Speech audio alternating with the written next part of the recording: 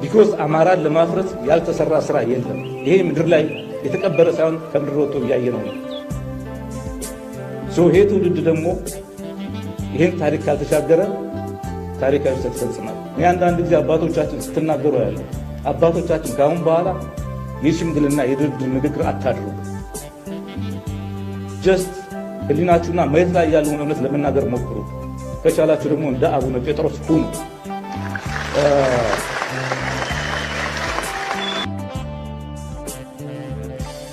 አይ ያንጉደላዋ ንግሥት አንቺ ሰሚዋ እመቤት፣ የግማዱ መቀመጫ የግሸን ተራራዋ እናት፣ የላሊበላው ሰማዕት የእናት የአባቴ ታቦት፣ እውነት ቃሌን ከረገጥኩ አፈራችሁ ይፋረደኝ። ወንድሜ ላይ ቃታ ከሳብኩኝ ዘላለም ትውልድ ይርገመኝ። አደራይን ከበላሁ መሬት እንትፍ ትበለኝ። እንግዲህ ለተንኮል ነገር ሸራቢ ትውልድን ለሚበላ ምስ የአባቶችን ቃል ኪዳን ለሆዳም አሳልፌ ልስጥ። አሳምነው እኮ ነኝ ጀግንነት አብሮኝ ያደገ ለሀገር መሞት የማይቆጨኝ። ተተኮሳሉ መትረየስ ተመዘዛሉ ጓንዴ፣ በሀገርና በእውነት ሞት ፈራለሁ እንዴ? ለሽረፍራፊ ስልጣንማ እንደሚባለው ከጓጓው አብሬ ሸርባል ነበር ዘመንን ሁሉ የት ነበር? አገርና ሕዝብ መሸጥ ለጋ ትውልድን መገሽለጥ ለመጣው ሁሉ መልመጥመጥ እውነትን መብላት መሰልቀጥ ሆድ እያወቀ መርመጥመጥ።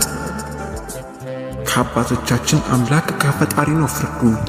ከሀገር መስራቹ ምኒልክ ከአድዋ አባት ነው ሞገዱ። ከአንዲት ኢትዮጵያ አቀንቃኝ ከመይሰው ነው ሞረዱ።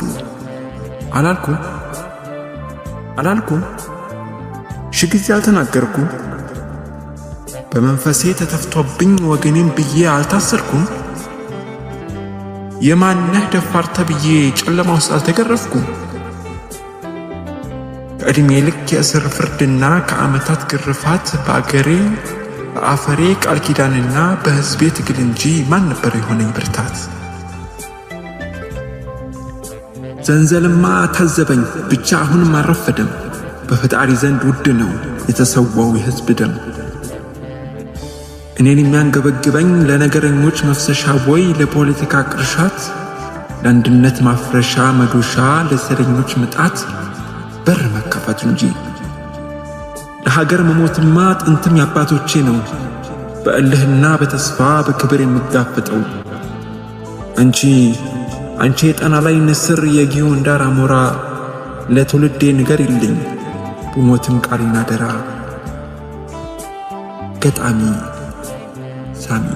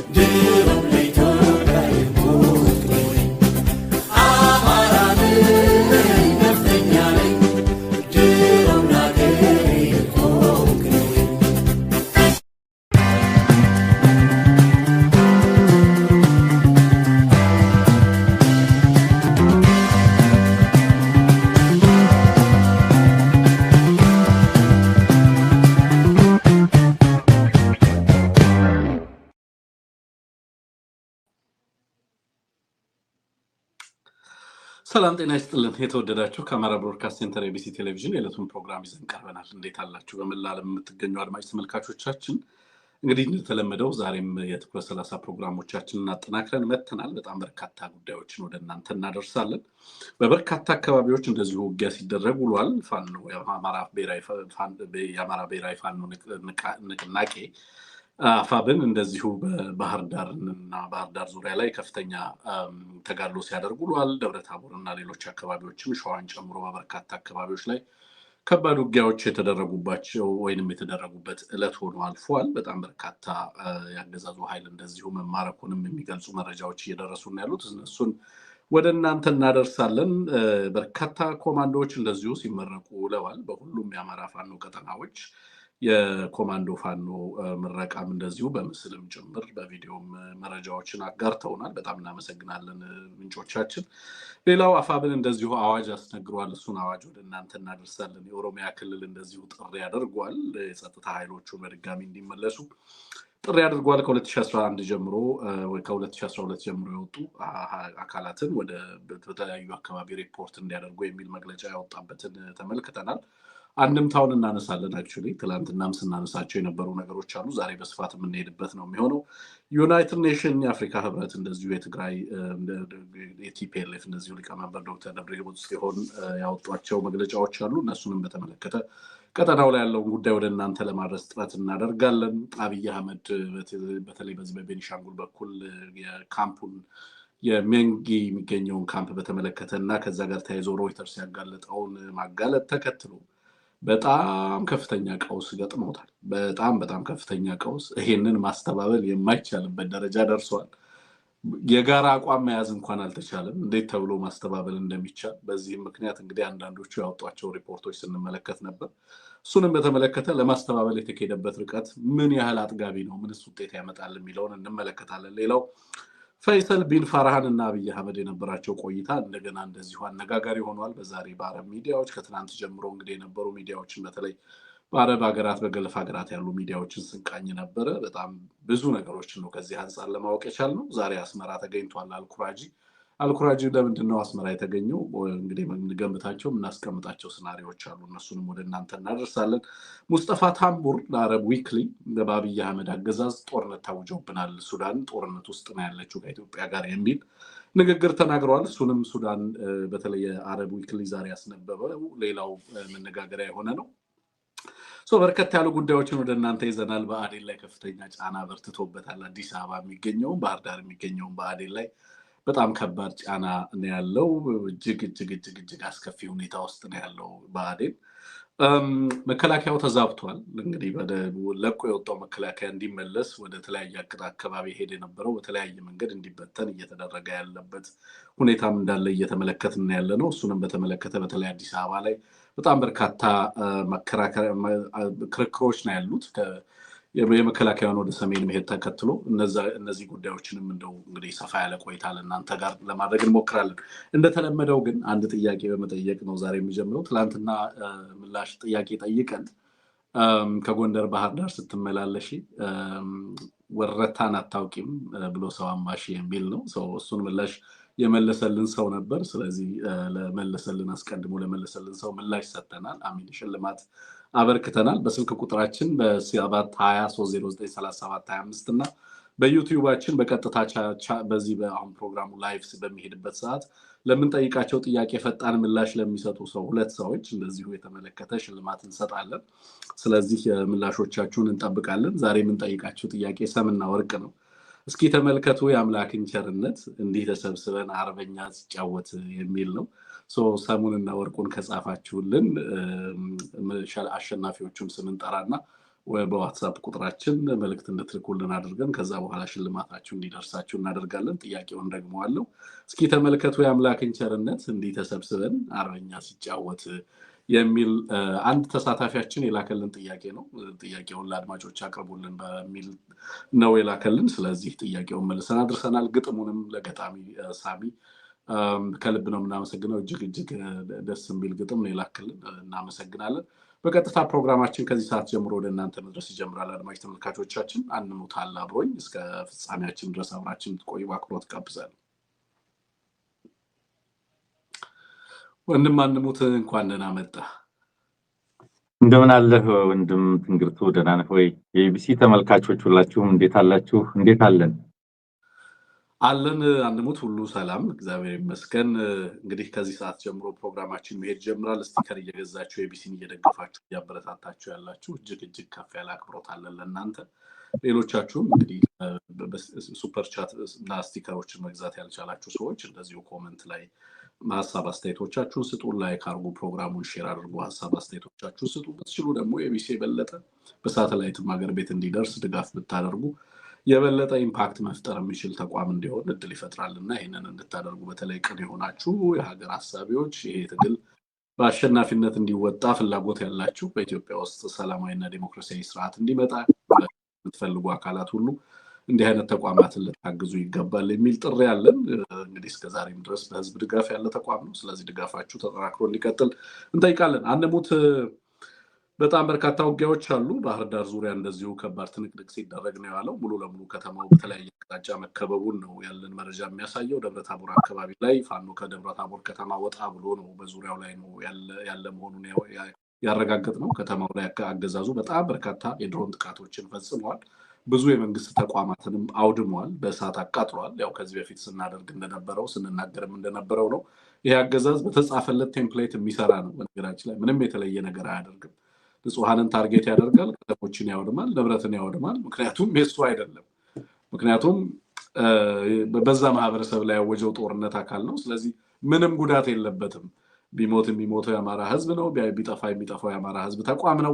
ስለዚህ እሱ ምንም ኮስት የሚያደርገው ነገር ባለመኖሩ ምክንያት እንደዚህ አይነት ውድመቶችን እያደረገ ይገኛል። በዚህም ምክንያት የፋኖ ኃይሉን ካዛባ በኋላ ያገዛዙን ኃይል የሚፈልጋቸውን ነገሮች እና ኦፕሬሽኖች ከሰራ በኋላ ከአንዳንድ ከተማዎች ላይ ዊዝድሮ ያደረገበትና በከተማዎቹ ዙሪያ ላይ ኦፕሬት እያደረገ እንዳለ ነው። አሁንም ይሄንን ተከትሎ እንግዲህ አፋብን አዋጅ አውጥቷል። አንሙት በጣም ሰፊ አዋጅ እና መነጋገሪያ የሆነ አዋጅ ነው። እሱንም ለአድማጭ ተመልካቾቻችን የምናደርስ ነው የሚሆነው። ከዛ ከመጀመሪያው ግን አጠቃላይ በአማራ ክልል እየተካሄዱ ባሉ በተለያዩ አካባቢዎች ላይ በነበሩ ውጊያዎች ያሉትን መረጃዎች ለአድማጭ ተመልካቾቻችን ልናደርስ የምንችል ከሆነ እነሱን መረጃዎች ታቀርብልንና ቀጥታ ወደ አፋብን አዋጅ እናልፋለን። መልካም እንግዲህ እንዳልከው በጣም በርካታ ውጊያዎች ናቸው እየተካሄዱ ያሉት። ቀን ላይም አጫጭር መረጃ ለማቅረብ ስንሞክር አቅርበናል። በእርግጥ ምሽቱን ከዛሬ ከሰዓት በኋላ ደግሞ የደረሱን በዚህ በእኛ ሀገር አቆጣጠር ማለት ነው በጣም በርካታ መረጃዎች ናቸው። ቅድም ስጠቅሰው እንደነበረው የአፋብን በሁለት ቀጠናዎች ለ6 ወራት ያሰለጠናቸውን ኮማንዶዎች ያስመረቀበት ልዩ መሰናዶን የነበረው የቴዎድሮስ 109ኛ ኮር 99ኛ ክፍለ ጦር እና የሚኒሊክ እዝ የተወርዋሪ የበላጎ ሻለቃ ነው። የተወርዋሪ በላጎ ሻለቃ ለወራቶች ያሰለጠኗቸውን ኮማንዶዎች አስመርቀዋል። አውደ ውጊያዎች በተለያዩ አካባቢዎች ቀጥለዋል። አገዛዙ ኃይሎች ካድሬዎች የሚፈጽሟቸውን ዝርፊያዎች የተመለከቱ መረጃዎችም በተለይ ከምስራቅ ቀጠና ደርሰውናል። በአንድ በኩል የመሬት ዝርፊያ ነው፣ ጨረታ ነው በጣም በከፍተኛ ደረጃ እየተፈጸመ ያለው በተለይ ቆቦ ሰሜን ወሎ ላይ ማለት ነው። ከዚህ ቀደም የቆቦ ከተማን ሁለገብ አዳራሽ ለግለሰብ በመሸጥ ገንዘብ ተከፋፍለው ነበረ ነው የሚለው መረጃችን። አሁን ደግሞ በተለይ ሌሎች የዝርፊያ መንገዶችን ተከትለው ለምሳሌ እዛ ሀብሮ ወረዳ ላይ ጊራና ዙሪያ ማለት ነው ልዩ ስሙ ፋጂ የሚገኝ የአፒ መርከንዚ የሚባል የቱርክ ኩባንያ ባቡር የሚሰራ የምታውቀው እና የእሱ ድርጅት እስካቫተር እና ሲኖትራክ እንዲሁም ብዛት ያለው ብረት ዝርፊያ መፈጸሙን የሚያሳይ ነው። ሌላም አንድ ፕሮጀክት ላይ የመንገድ ፕሮጀክት ላይ መከላከያው የኮንስትራክሽን ተሽከርካሪዎችና ማሽኖችን ጭኖ መውሰዱን የተመለከተ መረጃም ሰምቼ ነበርና በዚህ ደረጃ ዝርፊያዎች እየተፈጸሙ እንደሆነ የሚያሳይ መረጃ ደርሶናል። በተመሳሳይ ባህር ዳር ዙሪያ ሲደረጉ በነበሩ ውጊያዎች በተለይ ለእርድም ጭምር ከአርሶ አደር የተሰበሰቡ የቁም እንስሳት ጭምር ተመላሽ የተደረጉበት በተለይ ከባህር ዳር ዙሪያ ላይ 102ኛ ኮር በጣም በቅርብ ርቀት የምትገኝ ሰቀለት የምትባል ልዩ ቦታ አለች። እዛ ላይ ከፍተኛ ውጊያ ሲካሄድ ነው የዋለው። ወደ 27 የሚሆን አድማ ብተናና ሚሊሻ መወገዱን የሚያሳይ መረጃ ተልኮልናል። በተለይ በዚህ ውጊያ ላይ ይሄ እንግዲህ ባህር ዳር ዙሪያ ነው። ባህር ዳር ዙሪያ ላይ ጢስ አባይ አካባቢ የፋኖ አመራሮች ከቱሪስቶች ጋር ውይይት ሲያደርጉ መዋላቸውን ዛሬም አቅርበን ነበረ። ጢስ አባይ እንግዲህ ከባህር ዳር 20 ምናምን ኪሎ ሜትር ላይ ያለ ነው። ሰቀለትም እዛው አካባቢ ያለ ነው። ዙሪያው ላይ በጣም በርካታ አካባቢዎች የፋኖ ኃይል ባህር ዳርን ከቦ ነው የሚገኘው። በዚህኛው የሰቀለት አውደ ውጊያ ብቻ ከ30 በላይ ክላሽ ተማርኳል። ከ40 በላይ የክላሽ ካዝና፣ ከ5000 በላይ ክላሽ ተተኳሽ፣ 3 መገናኛ ሬዲዮ፣ ሙሉ ራሽንና በርካታ ወታደራዊ አልባሳት እንዲሁም ከ30 በላይ እስረኞች ማስፈታት መቻሉን የተመለከቱ መረጃዎች ናቸው። ከዚሁ ጋር ተያይዞ እንግዲህ ከ10 የቁም ከብትና ከ25 በላይ ፍየል በአንድ ግንባር በካርሶ አደር ተነጥቀው ያገዛዙ ኃይል ሊጠቀምባቸው የነበሩ ማለት ነው። አርዶ ሊበላቸው ማለት ነው። እነሱን ማስለቀቅ ተችሏል ነው የሚለው በዚህ ውጊያ ማለት ነውና እነዚህን መሰል በጣም በርካታ አውደ ውጊያዎች በሁሉም ቀጠና ሲካሄዱ ነው የነበረው። አብዛኞቹን እንግዲህ በመረጃ ሰዓታችን ጠቅለል አድርገን ልናቀርባቸው የምንችላቸው ናቸው። በቴዎድሮስ እዝ ላይ ተመሳሳይ ማስመረቅ አለ። ይሄኛው ውጊያ አለ። ምስራቅ እዝ ላይ የሚኒሊክ እዝ ማለት ነው ምስራቅ ቀጠና በጣም በርካታ አካባቢዎች ላይ ውጊያዎችን የተመለከቱ መረጃዎች ልከውልናል። እነዚህን የመሰሉ ናቸው። ጎንደር ቀጠና ላይ እንግዲህ የነበረው ነገር የምታውቀው ነው። ከደብረ ታቦር ከተወጣ በኋላ ዙሪያው ላይ ነው ያለፈውን 24 ሰዓት ውጊያዎች እየተደረጉ ያሉት። አጠቃላይ ነገሩ ግን ብዙ ትርጉም ያለው ነው። ይሄ በተለይ ሰሞነኛው ውጊያ ምን ማለት ነው የሚለውን ምናልባት ተመልሰን እንመለከተዋለን። መልካም አንሙት እሱ ላይ ሐሳብ ትሰጠናለህ። እንግዲህ የአፋብንም አዋጅ እናነሳለን። ከዛ በፊት ግን በሪሁን ሲሳይና አርሴማ አሸናፊ ሆናችኋል ጥያቄዎቹን በመመለስ ስለዚህ በ723093725 ላይ ጻፉልን። ከዛ በኋላ ሽልማታችሁን የምናደርሳችሁ ነው የሚሆነው። ብዙዎች ተሳትፋችኋል። በጣም ነው የምናመሰግነው ጥያቄውን ለመመለስ ያሳያችሁትን ተሳትፎ። ሌላ ጊዜም እንደዚህ ሽልማት ያላቸው ጥያቄዎችን ወደ እናንተ ይዘን እንመጣለን። አንሙት አጠቃላይ እዚህ የፋኖን ውጊያ በተመለከተ የውጊያ መረጃዎችን እንግዲህ ቀን ላይ ማጠናክረናል። እንግዲህ በኋላ ላይ ምናልባት ተመልሰን በርካታ መረጃዎችን ወደ እናንተ ለማድረስ እንሞክራለን። ሸዋ አካባቢም ከባድ ተጋድሎ ሲደረግ ነው የዋለው። የለን ከተማንም እንደዚሁ ፋኖ መቆጣጠር ችሏል። በሌሎችም አካባቢዎች እንደዚሁ በጣም በርካታ ካዙዋሊቲ ነው ያለው በአገዛዙ በኩል እየደረሱ ያሉ ጉዳቶች። ከዚህ ባሻገር በጣም በርካታ ምርኮኛ፣ በርካታ ገንዘብ፣ በርካታ ተተኳሽ፣ በርካታ መሳሪያ ነው በፋኖች እጅ መግባቱን በመረጃዎች እየተላከልን ያለው። እንግዲህ በተለያየ መንገድ መረጃዎቹ እየወጡ ነው ያሉት። አንዳንድ ኢንተርኔት የጠፋባቸው አካባቢዎች ላይ መረጃዎች እስካሁን ተጠናክረው ያልቀረቡበት ሁኔታ አለ። ኢንተርኔት ባለባቸው አካባቢዎች ግን በርካቶቹ መረጃዎች እየወጡ ያሉበት ሁኔታ እንደተመልክተናል። በቪዲዮም ጭምር ያሉ ማስረጃዎች እየወጡ አገዛዙን እና ያገዛዙ ከዛም ባሻገር በነገራችን ላይ አንሙት በከተሞች ላይ ያደረሳቸውን የንብረት ውድመቶችን በተመለከተ የዓለም አቀፍ ተቋማት ጭምር ሳይቀሩ በድሮን ጥቃቶችን እየዘገቡ ነው ያሉት። እነሱንም እየተመለከት ነበር ወደ ስቱዲዮ የገባ ነው ማለት ነው። ናው ወደ አፋብን አዋጅ እንለፍ አንሙት። ከዛ በኋላ ግን በአጠቃላይ ብአዴን የገጠመውን ቀውስ እናነሳለን። ኦህዴድ የገጠመውን የሴኪሪቲ የጸጥታና የጸጥታ መዋቅሩ በከፍተኛ ደረጃ ተጋላጭ የሆነበት ሁኔታ ነው ያለው መሀል ሀገር ላይ። ይሄም ከባድ ስጋት ፈጥሯል።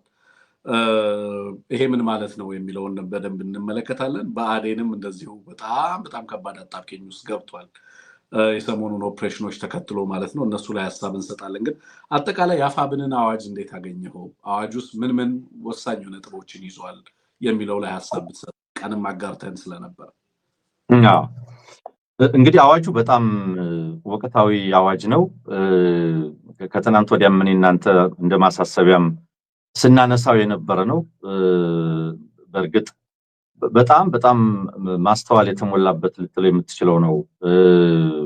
ወገናዊነቱን ፋኖ ያሳየበት ለያገዛዙ መጠቀሚያ የሆነው ኃይል በዚህ ሂደት ውስጥ ሊቀጥል እንደማይገባ ጥሪ ያቀረበበት ከምንም በላይ ደግሞ ይሄ የምህረት አዋጅ ይህንን የምህረት አዋጅ በመጠቀም ወደ ፋኖ እንዲቀላቀሉ ወይም ማንኛውም አይነት ሊስተናገዱ የሚችሉባቸውን አማራጮች በሙሉ ዘርዝሮ ያስቀመጠ ነው። ፋኖን መቀላቀል አንድ አማራጭ ነው። ወደ ሰላማዊ ህይወት ውስጥ መግባት ሌላኛው አማራጭ ነው። ሌሎችም በርካታ አማራጮች ያሉበት የምህረት አዋጅ ነው የወጣው። አፈጻጸሙ ምን እንደሚመስል ለምን ይህንን አዋጅ አሁን ማውጣት እንደሚያስፈልግ በግልጽ ነው ያስቀምጠው። ከምን ጊዜውም በላይ የፋኖ ኃይል እየተጠናከረ በአገዛዙ ኃይል ላይ ያደረሰ ያለው ጉዳት በከፍተኛ ደረጃ እየጨመረ ነው።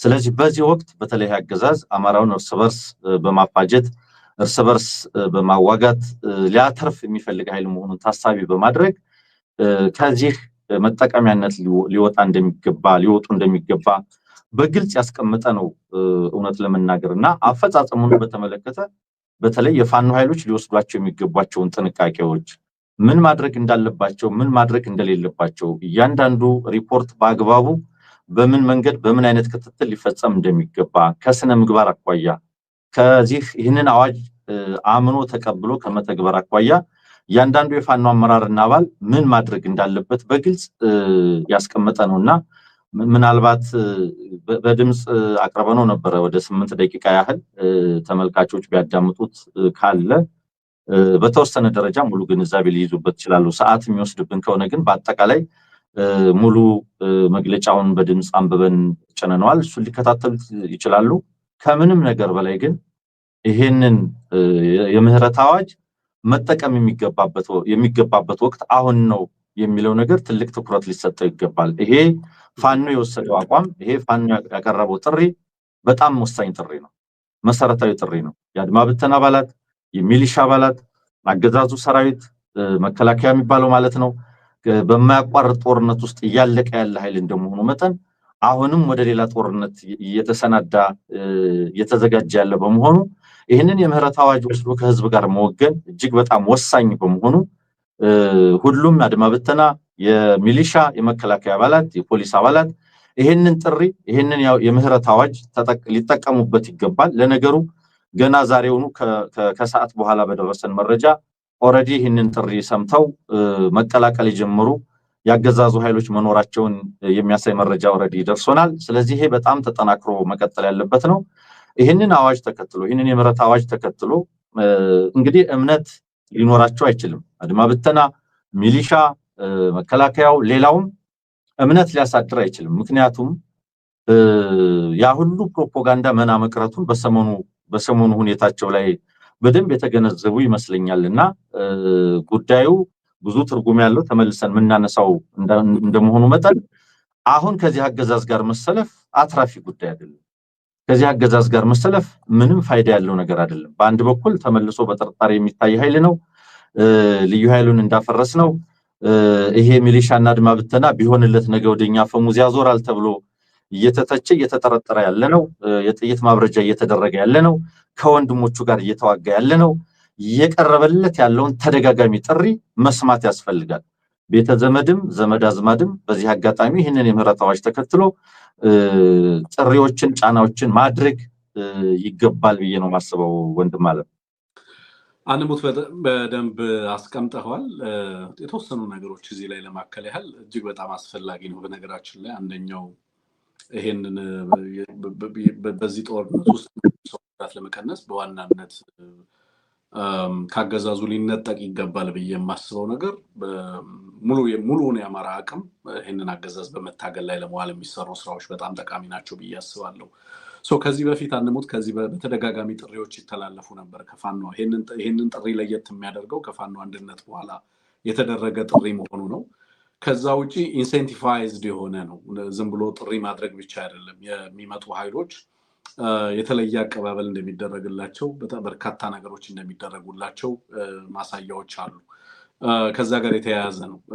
አልቲሜትሊ ግን እየተቀየረም ያለ ነገር እንዳለ ማሳያ ነው። ሰሞኑን አገዛዙ እንዴት ብትራይ እንዳደረጋቸው እንዴት እንደተዋቸው በሄዱበት አካባቢ ላይ አጋልጦ እየሰጣቸው ስም ሞታቸው ግድም አይለው እንደሆነ በነገራችን ላይ ግልገል ፋኖዎች ነው የሚባሉት። ግልገል ፋኖዎች ኮዳዎች ነው የሚባሉት።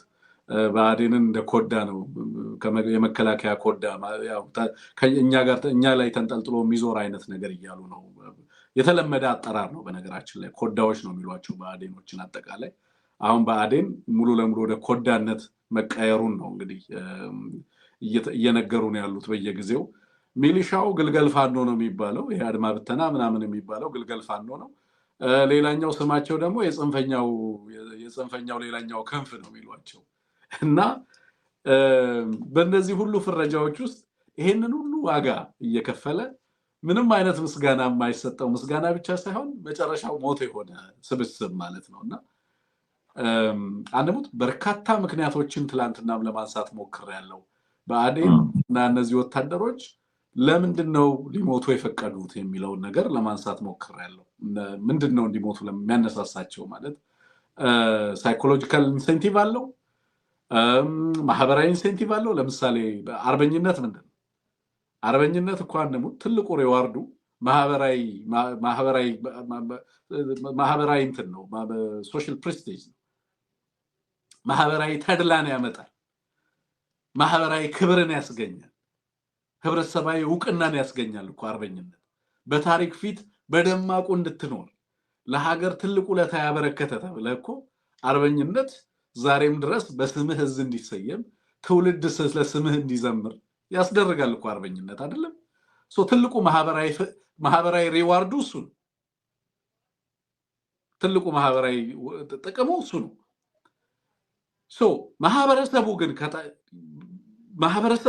ከማህበረሰብ ሪዋርድ ካላደረገ ህዝብ የሚጠየፍ ከሆነ ከዚህ አገዛዝ ጋር ተሰልፈ በደሞዝ እጅግ ዝግባ የማይባል ያውም ወረቀት እያተመ እየሰጠ ምንም የማይገዛ ገንዘብ ያውም የአራት ወር የአምስት ወር ሳይከፈላቸው ነው አንዳንድ መከላከያ አባላት አንሙት መስዋዕትነት የሚቀበሉት የሚሞቱት በየቦታው አንዳንዶቹ አራት ወር አልተከፈለንም ይላሉ ደሞዛችንን ደርሶና ያቅም ደሞዛችን ይላሉ ሲያዙ አይደል በገንዘብ እንኳን ነው ለአብይ አህመድ ለመሞት አንድ ወታደር ምን ያህል ገንዘብ ቢከፈለው ነው ያ ገንዘብ አዋጭ ነው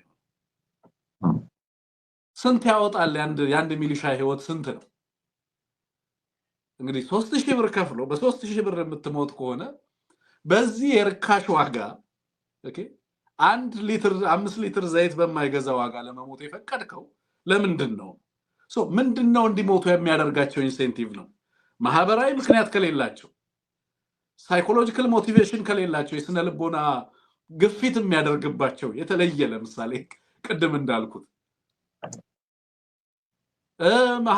ማህበረሰቡ ማከብራቸው ከሆነ በቀጣይ በማህበረሰብ ውስጥ ለመኖር የሚቸገሩ ከሆነ ከምትዋጋው ህዝብ ጋር መቼም ተመልሰህ አትኖርም አይደለም ከወጣህበት ማህበረሰብ ጋር አብረህ ልትኖር አትችልም ምንድነው ይሄ አገዛዝ የሚሰጣቸው የተለየ ነገር የሚለው ነገር በጣም መሰረታዊ እስከዛሬ ድረስ የነበረው ምክንያት ያቀርቡ የነበሩት ሰፊ ምክንያት የነበረው የፋኖ አንድነት ባለመምጣቱ ምክንያት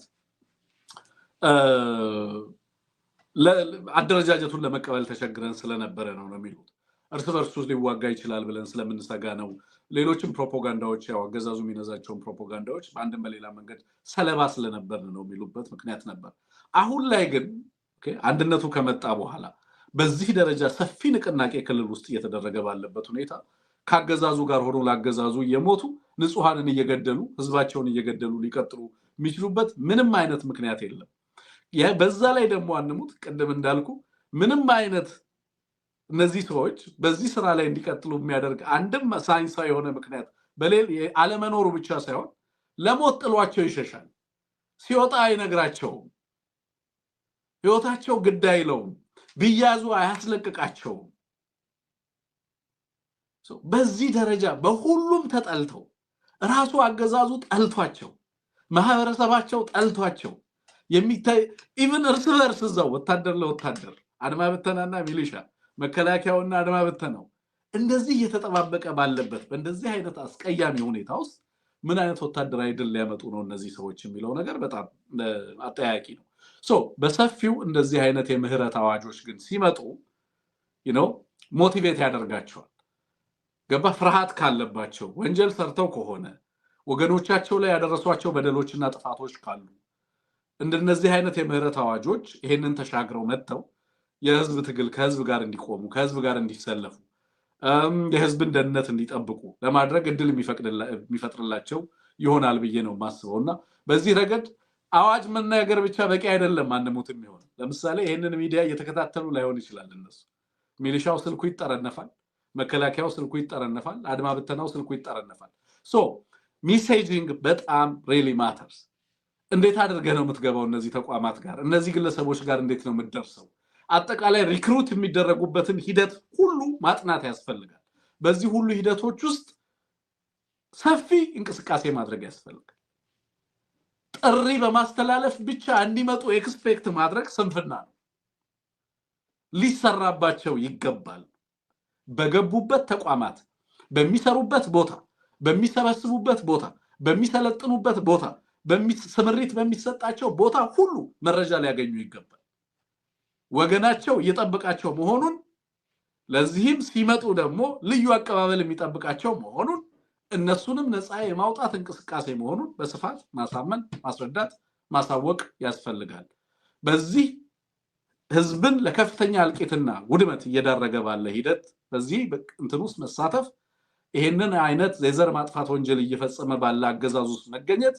ምን አይነት ተጠያቂነትን ሊያስከትል እንደሚችል እንዲገነዘቡ ማድረግ ያስፈልጋል አንሙት ሶ እዚህ ላይ በደንብ በመስራት መጥተው ከህዝብ ጋር እንዲቆሙ ከህዝብ ጋር ሆነው የነጻነት ትግል እንዲያደርጉ በሀገሪቱ ውስጥ ለውጥ እንዲመጣ የራሳቸው ሚና እንዲጫወቱ ማድረግ ተገቢ ነው ብዬ ነው ማስበው ሶ ጥሪው አንድ ነገር ነው ግን ይሄ ጥሪ የሚደርስበትን አግባብ እያሰቡ መስራት ተገቢ ነው ብዬ ነው ማስበው ይሄንን ካልን በኋላ እንግዲህ የአፋብንን አዋጅ በዚህ ቃል ላይ መጫን ነው ስላለ እሱን አድማጭ ተመልካቾቻችን ሊመለከቱት እንደሚችሉ ገምታለሁ አንሙት አጠቃላይ ኦሮሚያ ውስጥ ጥሪ ተደርጓል ከ2011 ጀምሮ ከኦሮሚያ ልዩ ኃይል እና ከተለያዩ የፖሊስ አይነቶች የወጡ ሰዎች ቆይ ደብዳቤው ስላለ የተወሰነ ነገር ልልበት ይችላል አንሙት ማስታወቂያ ይላል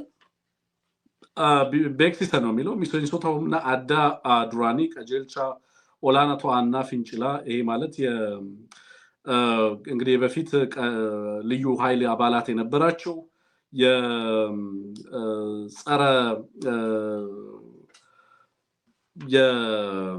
እንግዲህ በተቋሚነት ይሰለፋዩ አሜን ጸረ አገዛዝ ትግል ለማድረግ በሚደረገው ጥረት ውስጥ በተለያየ መንገድ ባገዛዙ ፖሊስ ውስጥ ደህንነትና የጸጥታ መዋቅር ውስጥ ተሳተፉ የነበራችሁ ልዩ ኃይሎች እና ሌሎች አደረጃጀቶች አሉ ኦሮሚያ ውስጥ የፖሊስ አደረጃጀቶች የልዩ ኃይል አደረጃጀቶች የጸረ ሽምቅ ኃይሎች የቪአይፒ ጥበቃ አካላት የነበራችሁ ከዛሬ ከመስከረም 1 2012 ጀምሮ በተለያየ ምክንያት ከዚህ ተቋማቶች ውስጥ የወጣችሁ አካላት ነው የሚለው አንሙት እነዚህ ሁሉ አካላት በአስቸኳይ ሪፖርት እንድታደርጉ ብሎ ሪፖርት ማድረጊያውንም ጊዜ ከ22/5/2018 እስከ 1/6/2018 ዓ.ም ተገኝታችሁ በየአካባቢው ባሉ የፖሊስ ጽፈት ቤቶች ተገኝታችሁ ሪፖርት እንድታደርጉ የሚል ጥሪ ነው ያስተላለፈው በየወረዳው በየዞኑ በአጠቃላይ የተበተነ ማስታወቂያ ነው በየአካባቢው ላይ የተበተነ ማለት ነው ይሄ የሚያሳየው በከፍተኛ ደረጃ እንግዲህ አገዛዙ ላይ ያለውን የሴኩሪቲ ቫኪዩም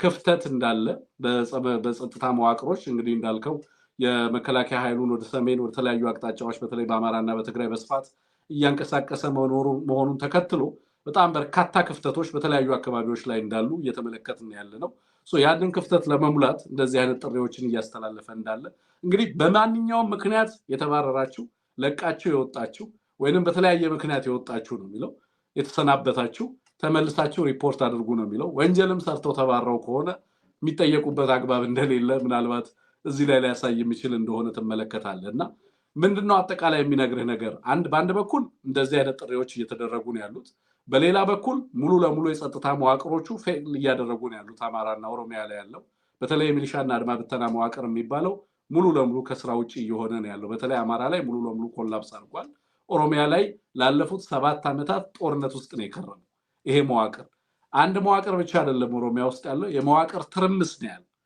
በራሱ አናርኪ ነው ይሄ ፓራሚሊተሪው በጣም ሰፊ ነው በዚህም በጣም ከፍተኛ የህዝብ ስቃይና እንግልት በአካባቢው ላይ እንዲኖር ከአንደኛው ከሌላኛው ላይ የሚቀማበት እና የሚቀማ ማህበረሰብ እስኪጠፋ ድረስ ማለት ነው የሚዘረፍ ማህበረሰብ እስኪጠፋ ድረስ በነፍስ ወከፍ ያልተዘረፈ ማህበረሰብ እስክታጣ ድረስ ማለት እንደዛ አይነት ቀውሶች እየተፈጠሩ እንዳሉ እንመለከታለን በዚህ ላይ አሁንም የጸጥታ ኃይሎች የተሰናበቱም ይሁኑ የወጡ ሪፖርት እንዳደርጉ ጥያቄ እያደረገ እንዳለ ትመለከታለህ። ከዚህ ጋር ተያይዞ እንግዲህ የጸጥታ መዋቅሩ በዚህ ደረጃ በተለይ በዋናዎቹ ሁለቱ ክልሎች ውስጥ ያለው ሁኔታ በዚህ ደረጃ እንትን እያለ እንዳለ ስትመለከትና ብአዴን ደግሞ በክልል ውስጥ የነበረውን የጸጥታ መዋቅር እያጣ በሄደ ቁጥር በአገዛዙ እየደረሰበት ያለው ተጽዕኖ በጣም ከፍተኛ እየሆነ ነው ያለው። አሁን በአደባባይ ወጥቶ የብአዴን አመራሮችን መሳደብ፣ የብአዴን አመራሮችን በተለያየ መንገድ ማብጠልጠል በጣም እየተለመደ ነው የመጣው። በስብሰባ ላይ ይሰደባሉ፣ ራሳቸውን እስኪጠየፉ ድረስ አንሙት ማለት ነው። እና እንደዚህ አይነት ከፍተኛ ተጽዕኖ ውስጥ ነው ያሉት። ኢቭን እርስ በርስ ያለው ግጭት በጣም ከፍተኛ ነው። እነዚህን ሁለት ነገሮች እንዴት ትመለከታቸዋለህ? በአንድ በኩል በክልሎች ውስጥ ያለው የጸጥታ ሁኔታ በምን ያህል ተጋላጭነት ውስጥ እንዳለ ስትመለከት፣ በሌላ በኩል ደግሞ የክልሉ መዋቅር በራሱ እና የዚህ የብልጽግና መዋቅር በምን ያህል ደረጃ እርስ በርሱ የማይተማመንበት ደረጃ እየደረሰ እንዳለ ትመለከታለህ። እንግዲህ እነዚህ አሁን ባለው ነባራዊ ሁኔታ ላይ መሰረት አድርገህ ነው ሌሎች በርካታ የማህበራዊ ቅራኔዎች እየጨመሩ በሄዱ ቁጥር ደግሞ የሚያመጡትና የሚያስከትሉት ነገር የተለየ ሊሆን እንደሚችል እገምታለሁ። እነዚህ ላይ ሐሳብ አክልልናል። መልካም። ምናልባት የአማራ ክልል ላይ ብአዴን ውስጥ እየተፈጠረ ያለው ነገር የምን ውጤት ነው የሚለውን አጠቃላይ ፋኖ አሁን ካለበት የውጊያ አቅምና ፖለቲካዊ እድገት አኳያ ምን አይነት ተጽዕኖ እየፈጠረ ነው ያለው፣ እሱስ በምን አይነት ደረጃ ነው ያለው የሚለውን ነገር ስንመለከት ወይ ከሱ ጋር አብረን ብናየው የተሻለ ሊሆን ይችላል።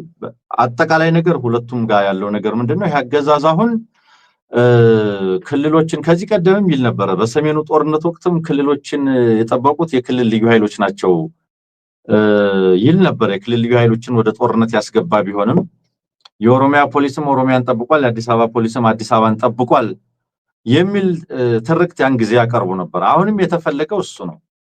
አሁንም የተፈለገው የኦሮሚያ ፖሊስ እና የኦሮሚያ ጸጥታ ኃይል ኦሮሚያን ጠበቀ፣ አገር በሌላ ግዳጅ ላይ ስትሆን የክልሉን ጸጥታ ጠበቀ ለማለት ተፈልጓል።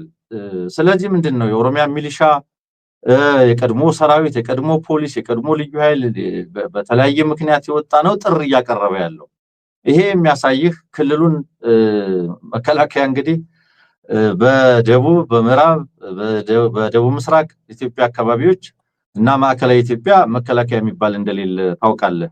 ስለዚህ ከዚህ አኳያ ክልሎች ሰላማቸውን በራሳቸው ኃይል ጠብቁ የሚል አገር ሌላ ተልእኮ ላይ ነች የሚል ፍላጎት ታስታውሳለህ። ባህር ዳር ላይ አረጋ ከበደ ለቀጣይ ሀገራዊ ተልእኮ ተዘጋጁ እያለ የፖሊስ አባላትን ቅስቀሳ ሲያደርግ ታስታውሳለህ። እና ለዛ ሲባል እንግዲህ ክልላችሁን ጠብቁ ነው። እኔ አፍሶ ያልጨረሰው እስከዛሬ ያልተቀላቀለ ኖሮ ነው ወይ ይሄ ማስታወቂያ የሚወጣው የሚለው አላውቅም። እንግዲህ በማስታወቂያ ሰራዊት መመልመል፣ በጥሪ ሰራዊት መመልመል መቅረቱን ነው የምናውቀው እኛ በምናውቅበት ደረጃ። ዛሬ ወጣት እየታፈሰ ወደ ወታደራዊ ማሰልጠኛ የሚላክበት ሀገር ነው ያለው። መንገድ ላይ የሚታፈስ ከተማ ላይ የሚታፈስ ቢጠፋ ከእስር ቤት ሳይቀር ወጣት ወደ ጦር ማሰልጠኛ የሚላክበት ሀገር ላይ ነው ያለነው። እና እንደዚህ ባለ ማስታወቂያ ምን ያህል ሰራዊት ሊመለምሉ እንደሚችሉ ለኔ ግልጽ አይደለም። ይልቁንም የሚነግረን ነገር ምንድነው? እንደዚህ እየሆነ ያለው እንደዚህ እየተጨነቀ ያለው አሁንም ያ የማያባራ የጦርነት አዙሪት በከፍተኛ ደረጃ ስለቀጠለ አሁንም በሳምንታት ውስጥ ምን ገምተው ሌላ ዙር ጦርነት እየመጣ ስለሆነ የሀገሪቱ ሰራዊት በሙሉ አንደኛ አማራ ክልል ያለው፣ ሁለተኛ ወደ ሰሜን ዳርቻዎች ነው ያለውና ከዚህ አኳያ ክልላችሁን ጠብቁ ለማለት ነው። ምን ያህል ይሳካል የምናየው ነው። ይሄ ሚሊሻ መዋቅር ይቅርና ራሱ መከላከያ የሚባለው ማሸነፍ ያልቻላቸውን ጦርነቶች በአማራም ሆነ በኦሮሚያ ሚሊሻ እንዴት አድርጎ ነው የሚችለው፣ እንዴት አድርጎ ነው የሚጠብቀው የሚለውን ወደፊት የምናየው ይሆናል። እውነት ለመናገር በአጠቃላይ ግን አሁን ያለው ጸረ አገዛዝ ወታደራዊ ትግሎች በከፍተኛ ደረጃ እያደጉ ነው፣ እየተለወጡ ነው ያሉት። ይሄ ሁኔታ እንግዲህ ምናልባት ይሄ አገዛዝ በአገር ስም በብሔራዊ ጥቅም ስም አሁን ጦርነት ውስጥ ለመደበቅ የኢትዮጵያን ሕዝብ እዛ ውስጥ ለማደንዘዝ ልበለው ወይም በዛ ውስጥ ለመሸጎጥ ትልቅ ቅስቀሳ ነው እየተደረገ ያለው። ያገዛዝ የት ድረስ ግዴለሽ እንደሆነ የሚያሳይ የትናንትናው ከ20 ጊዜ በላይ የድሮን ድብደባ ደብረታቦር እና ዙሪያው ላይ ማድረጉ በግልጽ የሚነግረን ነገር አለውና እውነት ለመናገር በሚሊሻ ጸረ አገዛዝ ትግል የሚያደርጉ ኃይሎችን ማቆም እንደማይችል የሰሞኑ ሰሜን አማራ ላይ የታየው ባህር ዳር ዙሪያ የታየው ውጊያ በግልጽ ምልክት የሚሰጠው ነው። የፖሊስ ኃይል አድማ ብተና ሚሊሻ የሚባለው ይህንን አገዛዝ እየታገሉ ያሉ ኃይሎችን ሊያስቆም እንደማይችል በግልጽ ምስክር ሆኖ አልፏል። ምስክር ሆኖ ቀጥሏል። ሙሉ መዋቅርን የፈረሰው የ14 ወረዳ እና ከተማ መዋቅር መንግስታዊ መዋቅር የጸጥታ መዋቅር በዚህ ደረጃ ሲሆን በመቶዎች የሚቆጠር በጣም በርካታ የሚሊሻ ኃይል በድርድርም በዋስትና ስጡኝም ፋኖን ሲከላከል ባየንበት መከላከያው ያልቻለውን ኦላ ወለጋ ላይ አሁንም የኦሮሚያ ሚሊሻ ሄዶ እንዴት ምን አርጎ እንደሚችለውም አናውቅ። ምናልባት ያን ጊዜ ይሉት እንደነበረው አዲስ አበባ ስለመግባት ነበር የሚያወሩት ብለዋል። ያኔ እኛ ሰሜኑ ላይ ተጠምደን ይያለን ኦነግ አዲስ አበባ ስለመግባት ያወራ ነበር ብለዋልና ምናልባት እሱ ከሆነ እና እንደው እንደነገሩ ዛው ይዘነውን ቆይና ያገሩን የህዝቡን ስሜት ወደ ሌላ ጦርነት ወስደን እዛ ላይ እናረባርበው ከሆነ የምንመለከተው ነው። እንግዲህ ያንን ለማድረግ ነው እየተነሳ ያለው። ምናልባት ቤተ እምነቶች የጸሎት መርሃ ግብር አዘጋጁ ሊባሉ ይችላሉ እንደቀደመው ጊዜ። የሀገሪቱ ሚዲያ ሌላ ነገር ማውራት ሊያቆም ይችላል። ክልሎች የሰራዊት መዋጮ የከብትና የእርድ ከብት አቅርቦት እየተባለ የሀገሪቱ ትኩረትና ናሬቲቭ ጠቅላላ ጦርነት ላይ እና በዛ ጩኸት ላይ እንዲሆን ለማድረግ መሰራቱ የማይቀር ነው። ነገር ግን እኔ እንደው ትንግርቱ ዛሬም ብናየው አንተ ማሳብ ብትሰጥበት ጥሩ ሊሆን የሚችለው ሰሞኑን ፋኖ ያደረገው ውጊያ አጠቃላይ ሰሞኑንስ እየሆነ ያለው ነገር ሰሜን ሸዋ ላይ የነበረውን ነገር ስንከታተል ነበረ። ሰሜን ቀጠና ላይም ተመሳሳይ ነው፣ ደቡብ ቀጠና ላይ ተመሳሳይ ነው፣ ምስራቅና ምዕራብ ቀጠና ላይ ተመሳሳይ ነው። እነዚህ ነገሮች ምን ማለት ናቸው? ስለ ፋኖ ምን ይነግሩናል? የሚሉት ነገሮች እና ተጽዕኗቸው ምንድነው? አሁን ቅድም ስጠቃቅሰው ስለነበረ ነው። ለምሳሌ ይሄ የምህረት አዋጅ የፋኖን የስነልቦና የበላይነት፣ የፋኖን ህዝባዊነት፣ የፋኖን ሰብአዊነት የሚመሰክር የሞራል ከፍታ እኮ የሚያሳይ ነው። የምህረት አዋጅ ማውጣት ይሄ ምን ላይ ቆመህ ነው እንደዚህ የምትለው? የአሸናፊነት ስነልቦና ላይ ስትሆን አገዛዙ በሽንፈት ላይ ሆኖ ከኦፌንሲቭ ከማጥቃት ፖዚሽን ላይ ሆነ የምትናገረው የምታቀርበው ጥሪ ነው እንደዚህ አይነት ጥሪ። ስለዚህ ሰብአዊነት ተሰማኛል እያልክ ነው ያለው። የሞራል የበላይነት ግን የስነልቦና የበላይነት ግን እየተናገርክ ነው ያለው። ወታደራዊ ድል ብቻ ሳይሆን ፖለቲካዊ ድልን የማስቀደም ፍላጎት እንዳለህ የሚያሳይ ነው። ወይም ወታደራዊ ድልን በፖለቲካዊ ድል የመደገፍ ዓላማ እንዳለው ግን አጠቃላይ ነገሩ ምንድነው እየነገረን ያለው? ፋኖ ምንድነው እያለን ያለው? ፋኖ ምን ላይ ነው የሚለውን ነገር የተወሰነ ነገር ብናየው በጣም እስኪ ሐሳብ በጣንሙት ኖርማሊ እኔም ካለን ሰዓት አንፃር ምናልባት እንትን እንዳንል ብዬ እንጂ ሰሞኑን እየተደረጉ ያሉ የውጊያ አይነቶች አጠቃላይ ከአንድነቱ በኋላ የምንመለከታቸው ነገሮች በውጊያ ውስጥ ሰልጣኞችን ሲረከብ ታያለ፣ የህዝብ ውይይቶችን ሲያደርግ ትመለከታለ፣ ወታደራዊና መዋቅራዊ ሪፎርሞችን ሲሰራ ታያለ፣ የአቅም ግንባታና ሌሎች ስልጠናዎችን ሲሰጥ ታያለ። አድሚኒስትሬቲቭ ዊንጉን በተለይ የህዝብ ክንፍ የሚባለው ስምሪት ወስዶ ህዝብንና አስተዳደራዊ ስራዎችን ሲሰራ ትመለከታለ። በአጠቃላይ የሚዲያ የሞቢላይዜሽን በርካታ ስራዎችን ነው የሚሰራው እና በአንድ ጊዜ በጣም በርካታ ዝግጅቶችን ሲሰራ ታያለ። መዋቅሮችን በ2 ቀንና በ3 ቀን ውስጥ የዞን መዋቅሮችን መቆጣጠር ሲችል ትመለከታለ። ያውም ኃይል ለመበተን ያገዛዙን የስምሪት እንቅስቃሴ ሙሉ ለሙሉ ለማዛባት በሚል ፕላኖች ብቻ ማለት ነው። ፋይናል ኦፌንሲቭ ላይ ሳትገባ ማለት ነው። እነዚህ አቅሞች ምንድነው የሚነግሩን? በነገራችን ላይ እነዚህ አቅሞች ምን ማለት ናቸው? እንደው በምን ይመነዘራሉ? እንዴት አድርገህ ተረዳሃቸው የሚለው ላይ ሐሳብ ስጠናል። መልካም፣ የተወሰኑ 1-4 ነጥቦችን ለማንሳት ልሞክር። እንግዲህ አንደኛው የፋኖ ኃይል ጽናት ያለው ስለመሆኑ የማይበገር ህዝባዊ ተዋጊ ብቻ ሳይሆን የህዝብ አስተዳዳሪ መሆኑን ያሳየ ነው።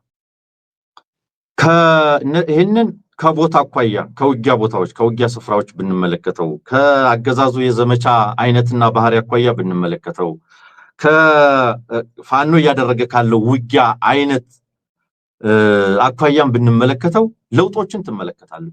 በትክክል የፋኖ የውጊያ አቅም ውጊያን የመከወን አቅምና ፖለቲካዊ እድገት በግልጽ የምትመለከትባቸው ነጥቦች አሉ። ለምሳሌ ከቦታ አኳያ ብትመለከተው ትንግርቱ አገዛዙ እንደሚለው ፋኖ የሆነ ጤሻ ውስጥ የተደበቀ ሸለቆ ውስጥ የተደበቀ ገዳም ውስጥ ያለ ወይም በሆነ ቦታ ላይ ያለ አይደለም። ያገዛዙ በክልሉ ብንለው የክልሉ ልብ ላይ ቆሞ ነው የተዋጋው። ደቡብ ጎንደር ለምሳሌ ብትመለከተው የአማራ ክልል ማዕከላዊ ዞን ነው። ማዕከል ላይ ያለ ዞን ነው። የዳርቻ የፐሪፈሪ ፎርስ አይደለም። ፋኖ በሆነ ቦታ ላይ ተደብቆ ሂቴንድራን ውስጥ ያለ አይደለም። መሃል ከላይ መጥቶ ኦፍ ኮርስ ዳር ላይም አለ፣ በሁሉም ቦታም አለ። በተለይ ግን የሰሞኑን የመሰለ እንዲህ አይነት ኦፌንስ እንዲህ አይነት ድል መሃል ላይ መጥቶ ነው ያደረገው። ስለዚህ ከውጊያ ስፍራ አኳያ ብትመለከተው ዝም ብሎ በሆነ ጤሻ ውስጥ በሆነች ቦታ ላይ የሆነ ጫካ የሆነ በረሃ ተደብቆ የሆነ የደፈጣ እንትን እያደረገ አይደለም። የዞን ከተማ ውስጥ ገብቶ የተደረገ ውጊያ ነው። ስለዚህ ከውጊያ አኳያ ትልቅ ለውጥ መምጣቱ ነው። ኦፍ ኮርስ ከዚህ ቀደም አድርጎታል እኮ በተደጋጋሚ። ነገር ግን በተለይ አንደኛው ውጤት ብለን በኋላ የምናነሳው አለ። ዳር ላይ ጠፍቷል እየተሽሎከሎኩ ነው ምናምን ነው አይደለም። ይሄ ብዙ ትርጉም ነው ያለው። የሉም በተባለበት ቀጠና ነው። በዚህ ላይ ደግሞ ይሄ ይሆነው በቃ እጅ ሰጥተው አልቀዋል በተባለበት ስፍራ ቀጠና ላይም ነው ይሄ ውጊያ የተደረገው። ስለዚህ ከውጊያ ስፍራ አኳያ እንኳን ብንመለከተው በጣም ትልቅ ትርጉም ያለው ነው። ሌላው የዘመቻ ብዛት ያገዛዙ የዘመቻ ብዛትና አይነት የበገረው አይደለም። የማይበገር ጽናት ያለው ያልኩ ለዚህ ነው። ለምን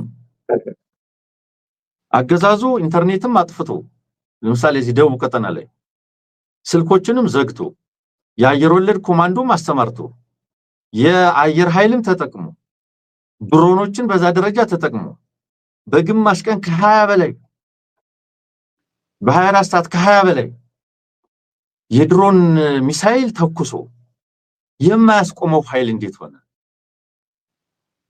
በዚህ ሁሉ መሃል መጥቶ ድሮን ዋርፌርን አዳፕት አደረገ ማለት ነው አይደል? ከተማ ላይ 20 ድሮን እየተኮስክ ከተማ ውስጥ ማኒቨር ማድረግ ከቻለ አዳፕት እያደረገው መጥቷል ማለት ነው። ቴሬኑ ላይ የምትጠቀመው የድሮን አይነት እንትን ከተማ ላይ ስትጠቀመው ኢፌክቲቭ ልትሆን አልቻልክም ማለት አልቻለም ማለት። ስለዚህ የአገዛዙ የወሰዳቸው ዘመቻዎች ያሰማራው ኃይል ኤሊት ፎርስ ሚለውን ኮማንዶ በየከተማው የድረሱልኝ ነገር የቡድን መሳሪያውን የሜካናይዝድ ይሄን ሁሉ ባለበት እንዲህ አይነት መዋቅርን ማፈራረስ በዚህ ደረጃ ኃይሉን ማንኮታኮት የተቻለው ፋኖ የገነባው ጽናት ሪዚሊየንስ አለ ማለት ነው። በውጊያ ውስጥ እየዳበረ የመጣ አቅም የውጊያ አቅም የመከወን አቅም የማድረግ አቅም የሚባሉ ነገሮች በምን ያህል ደረጃ እንዳደጉ የሚያሳዩ ናቸው። ስለዚህ አየር ኃይል ስላስነሳ ድሮን ስላስነሳ የምትመክተው ኃይል አይደለም። በነገር ላይ እንደዚህ አይነት አሜሪካም 20 ዓመት ሙሉ ቶራቦራን ቀጥቅጦ አልተሳካለትም ታሊባንን ሊያጠፋው ብለናል አይደለም? ስለዚህ አሜሪካ ታሊባንን ቶራቦራ ላይ ይሁን ወይም 20 ዓመት ሙሉ ዘመን የፈጠራቸውን ቴክኖሎጂዎች ሁሉ ተጠቅሞ ካላጠፋው አብይ አህመድ በድሮን እና በአውሮፕላን ሲግኒፊካንትሊ ይሄንን ትግል ምንም ሊያደርገው አይችልም። አንደኛ ፋኖ ሜካናይዝድ ኃይል ይዞ የሚዋጋ ኃይል አይደለም። የአየር ላይ ውጊያ ሜካናይዝድ አቅምህን ለመምታት የታወቀ ምሽግ ሲኖርህ የታወቀ ቦታ ሲኖርህ እዛ ቦታ ላይ ጥቃት ለመሰንዘር ነው ጥቅም የሚኖረው። ፋኖ is everywhere። ፋኖ በጣም ተንቀሳቃሽ ኃይል ነው። ተንቀሳቃሽ ኃይል ብቻ ሳይሆን የውጊያ ስልቶችም ተለዋዋጭ ናቸው። አንድ ጊዜ ደፈጣ ውጊያ ይወጋል። አንዳንድ ጊዜ ደፈጣ ውጊያ አለ። አንዳንድ ጊዜ መደበኛ ውጊያ አለ። ሰሞኑን እንደተመለከተ ነው ያልተቋረጠ ውጊያ የማድረግ አቅም በመደበኛነት አንዳንድ ጊዜ ሬድ ያደርጋል ይመጣል በሰርጎ በመግባት ያጠቃል ምሽግ ይሄዳል ካምፕ ይመታል ተለዋዋጭ ውጊያ ስልቶችን የሚጠቀም ተንቀሳቃሽ ኃይል በመሆኑ የአየር ላይ ውጊያዎች ሲግኒፊካንትሊ ይሄን ኃይል ምንም ሊያደርጉት የሚችሉ አይደለም ይሄ አገዛዝ ግን ያን ሁሉ በማድረግ እኔ የሚገርመኝ አይናቸው ያየ የባዴን ካድሬዎች አገዛዙ በድሮንና በአውሮፕላን ያወደማቸው መሰረተ ልማቶች እየተመለከቱ ፋኖ አቃጠለው ብለው ፕሮፓጋንዳ ለመስራት ይሞክራሉ እስከዛሬ የሰሩት ፕሮፓጋንዳ ፌል ማድረጉን አለመስራቱን እያዩ በተለይ የሰሞኑ አድቫንስመንት የስከዛሬ ፕሮፓጋንዳቸው መውደቂያ ወይም ውድቀት ማረጋገጫ መሆኑን እያወቁም ህዝብ እያየ አዲስ ፕሮፓጋንዳ ይዘውለት ይመጣሉ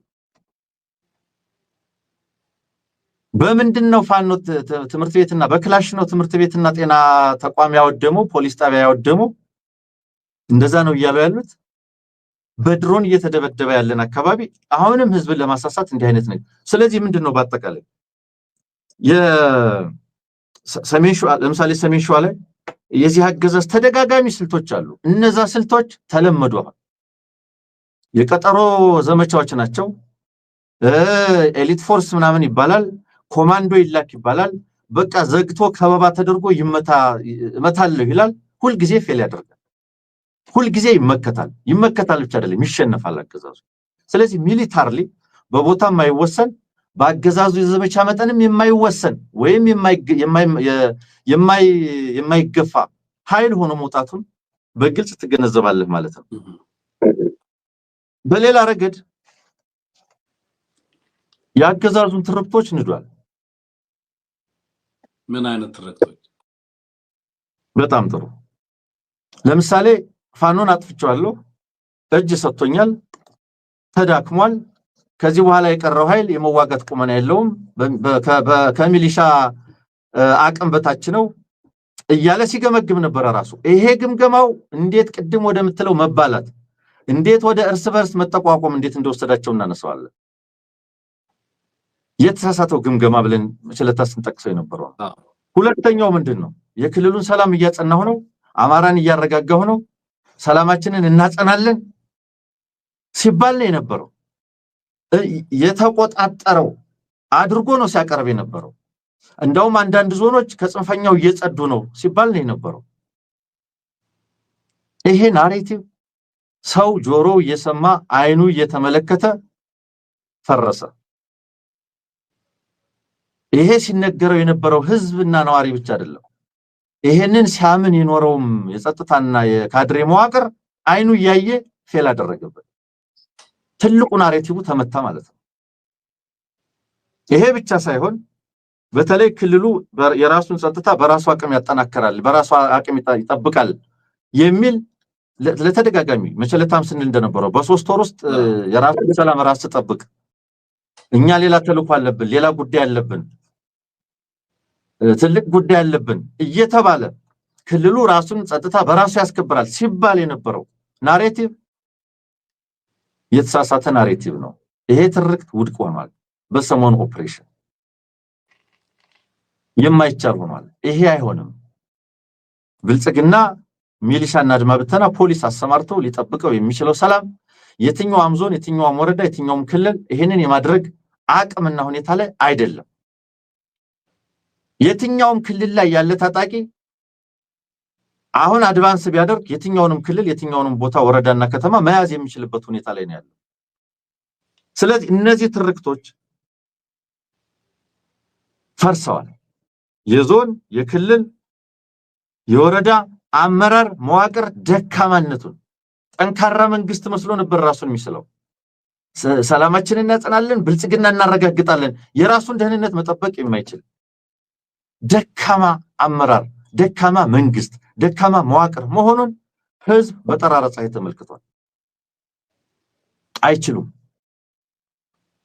የፋኖ ወታደራዊ ክንውን ያረጋግጠው ነገር ይሄንን ገመናቸውን ነው ያወጣው ሌላው ምንድነው ያደረገው ቅድም ተጠቅሰው መተማመን እንዳይኖር አድርጓል ተቀባይነት እንዳይኖራቸው አድርጓል ተአማኒነት እንዳይኖራቸው አድርጓል መተማመን እንዳይኖር ያደረገው ምንድነው የወረዳና የዞን ካድሬ ከክልል ካድሬ የፖለቲካ ካድሬው ከወታደራዊ አመራሩ ጋር መተማመን ማይችልበት ደረጃ ደረሰ። ለምን?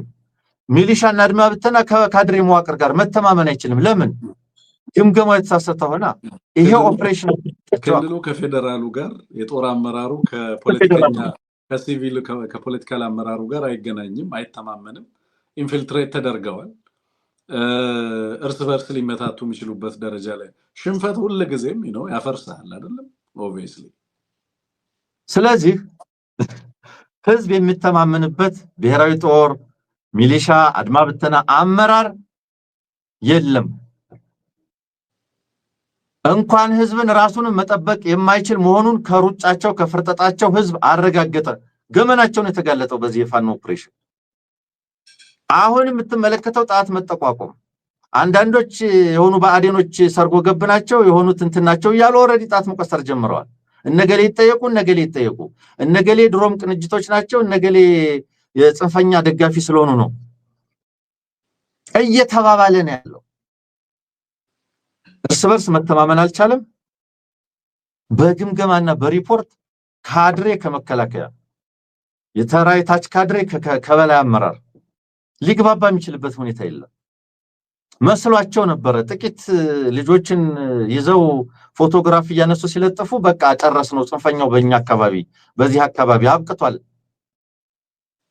አሁን ምን ይባባል መልሶሽ? እንዲህ ብለህ ነበረ፣ እንዲህ ብለን ሊሸለም እኮ ነው ታውቃለህ። በቃ ከመከላከያ ነፃ የሆነ አካባቢ ፈጥረን መከላከያው ራሱ በደፈጣ መከራውን ሲበላ እኮ ነው የሰነበተው። ሊሸለም ጽንፈኛውን እጅ አሰጥቶ የራሱን ሰላም በራሱ ሚሊሻና አድማ ብተና ጠበቀ ሊባል ይሄንን ሪፖርት እያቀረበ ሲፎክር ነው የሰነበተው። አሁን ሹመት ሊመጣ ሹመት አየህ፣ የፋኖ ድል ይህንን ያደረገው። ሌላው ፋኖ ምንድን ያረጋገጠው ነገር ማን ነው መንግስት የሚል ጥያቄ አሁን ሲሪየስሊ ሰዎች መጠየቅ ጀምረዋል። በአንድ በኩል ማን ነው ኢንሰርጀንት፣ ማን ነው መንግስት? ደብረታቦር ላይ ኢንሰርክል ሆነ የተቀመጠው ኃይል ነው ወይስ 19 ወረዳዎችን በሁለት ቀናቶች ውስጥ ሙሉ ለሙሉ የተቀበለው ነው? ከነሙሉ መዋቅር፣ ከነሙሉ ትጥቅ፣ ከዘረፍከው ገንዘብ ጋር ከነሙሉ ህዝቡን በነገራችን ላይ በልልታና ቦታ ነው ሲቀበላቸው የነበረው። አወያየ ነው ሲሉት የነበረው ወረዳ ለወረዳ ያንን ሁላ ነዳጅ ጨርሰው ወረዳ ለወረዳ እየሄዱ ነበር ህዝቡን እያወያዩ የነበሩት። ህዝባችንን አፉ ላይ ጋቢውን አድርጎ ይታዘባቸው ነበር አይደለም? ይሄው ታስታውሳለህ በሁለትና በሶስት ቀናት እንደዚህ ነው። ታስታውሳለህ ደቡብ ጎንደር አንድ የባዴን ጽፈት ቤት ሰው እዚህ ምን ይሰራሉ ተከዜ ማዶ ሄዱ እያለ ሲናገር የነበረው ያ ስብሰባ ደብረ ታቦር የነበረ ስብሰባ ነው። ያ ሰውዬ እንደዛ እያለ ይናገር የነበረው ደብረ ታቦር ነው። እዚህ ምን ይሰራሉ? የአማራ ጥያቄ እዚህ የለም፣ ተከዜ ማዶ ሄዱ በሏቸው፣ ቀይ ባህር ሄዱ በሏቸው ሲል የነበረው ማለት ነው። አሁን ምን እያለ ይሆን? አሁን መሄድ አይችልም እሱ ያሱ ወደ ቀይ ባህር ሄዱ ሊሆን ይችላል ጥያቄውን ስለዚህ ሊያደርግ ማለት። ስለዚህ ምንድነው ማን ነው መንግስት ማን ነው ሸማቂ የሚል ጥያቄ ላይ ማሳያዎቹ በርግጥ ህዝብ እያስተዳደረ ያለ በመሆኑ ምንም ብዙ የሚያወዛግብ ጥያቄ አይደለም እንደ ጥያቄ። ነገር ግን የመንግስታዊ ቁመና መያዙን ማሳያ የሚሆኑ መገለጫዎቹ ምንድናቸው? ለምሳሌ ኃላፊነት የሚሰማው ኃይል መሆኑን አረጋግጧል። ምን አድርጎ? ጥሪዎች በማቅረብ ለሲቪሊያን ጥንቃቄ በማድረግ ለህዝብ መረጋጋት ጥሪ በማቅረብ የህዝብ አገልግሎቶች እንዲቀርቡ እንዲጀመሩ ጥሪ በማቅረብ የላው ይቅርና ለአገዛዙ ኃይሎች ሳይቀር የምህረት አዋጅን በማቅረብ ኃላፊነት የሚሰማው አካል መሆኑን አረጋግጧል። ኃላፊነት ይሄ እኮ ዝም ብሎ ተራ ሸማቂ አይደለም። እንደዚህ አይደረግም። መንግስት ራሱ መንግስት የሚባለው ኃላፊነት የጎደለው እርምጃው ሲገባ የፋኖ ኃይሎች ምክንያቱም ህዝባቸው ነው። ኦፍ ኮርስ ይሄ ነባር ቆየ በዚህ ትግል ሂደት ውስጥ የተገነባ ባህል እየሆነ ያለ ነገር መሆኑ ግልጽ ነው። ግን ኃላፊ ከስር ነበረ ጥሪ የሚቀርበው የህዝብ አገልግሎት እንዳይቋረጥ ህብረተሰቡ እንዲረጋጋ ንጹሃን ላይ ጥቃት እንዳይደርስ ያገዛዙ ኃይሎችም በሰላም እጃቸውን እንዲሰጡ አየህ የሞራል ከፍታ አየህ ስነልቦና የበላይነት ይሄ ነው መንግስታዊነት በመቀጠል የህዝብ አስተዳዳሪም ነው ፋኖ 14 ወረዳ አጽድተህ መዋቅር እየዘረጋህ ሰላምና መረጋጋት እየዘረጋህ አነስተኛውን የሚባለውን የህግ ማስከበር የፍትህ አገልግሎት የማህበራዊ ኢኮኖሚ አገልግሎት ለመስጠት ዛሬ ዮሐንስ ንጉሱ ኤቲኤም እየተጠቀምኩ ነው ብሎ ፎቶግራፍ ለጥፎ ያየው ነበር አገልግሎቶች እንዲቀጥሉ ይሄ እኮ መንግስት ነው እንደሚያደርገው መንግስት ካልሆንክ እንደዚህ አታደርግም ነው ስለዚህ በአጠቃላይ ምንድነው ሰሞኑን ፋኖ እየሄደበት ባለ ዝም ብሎ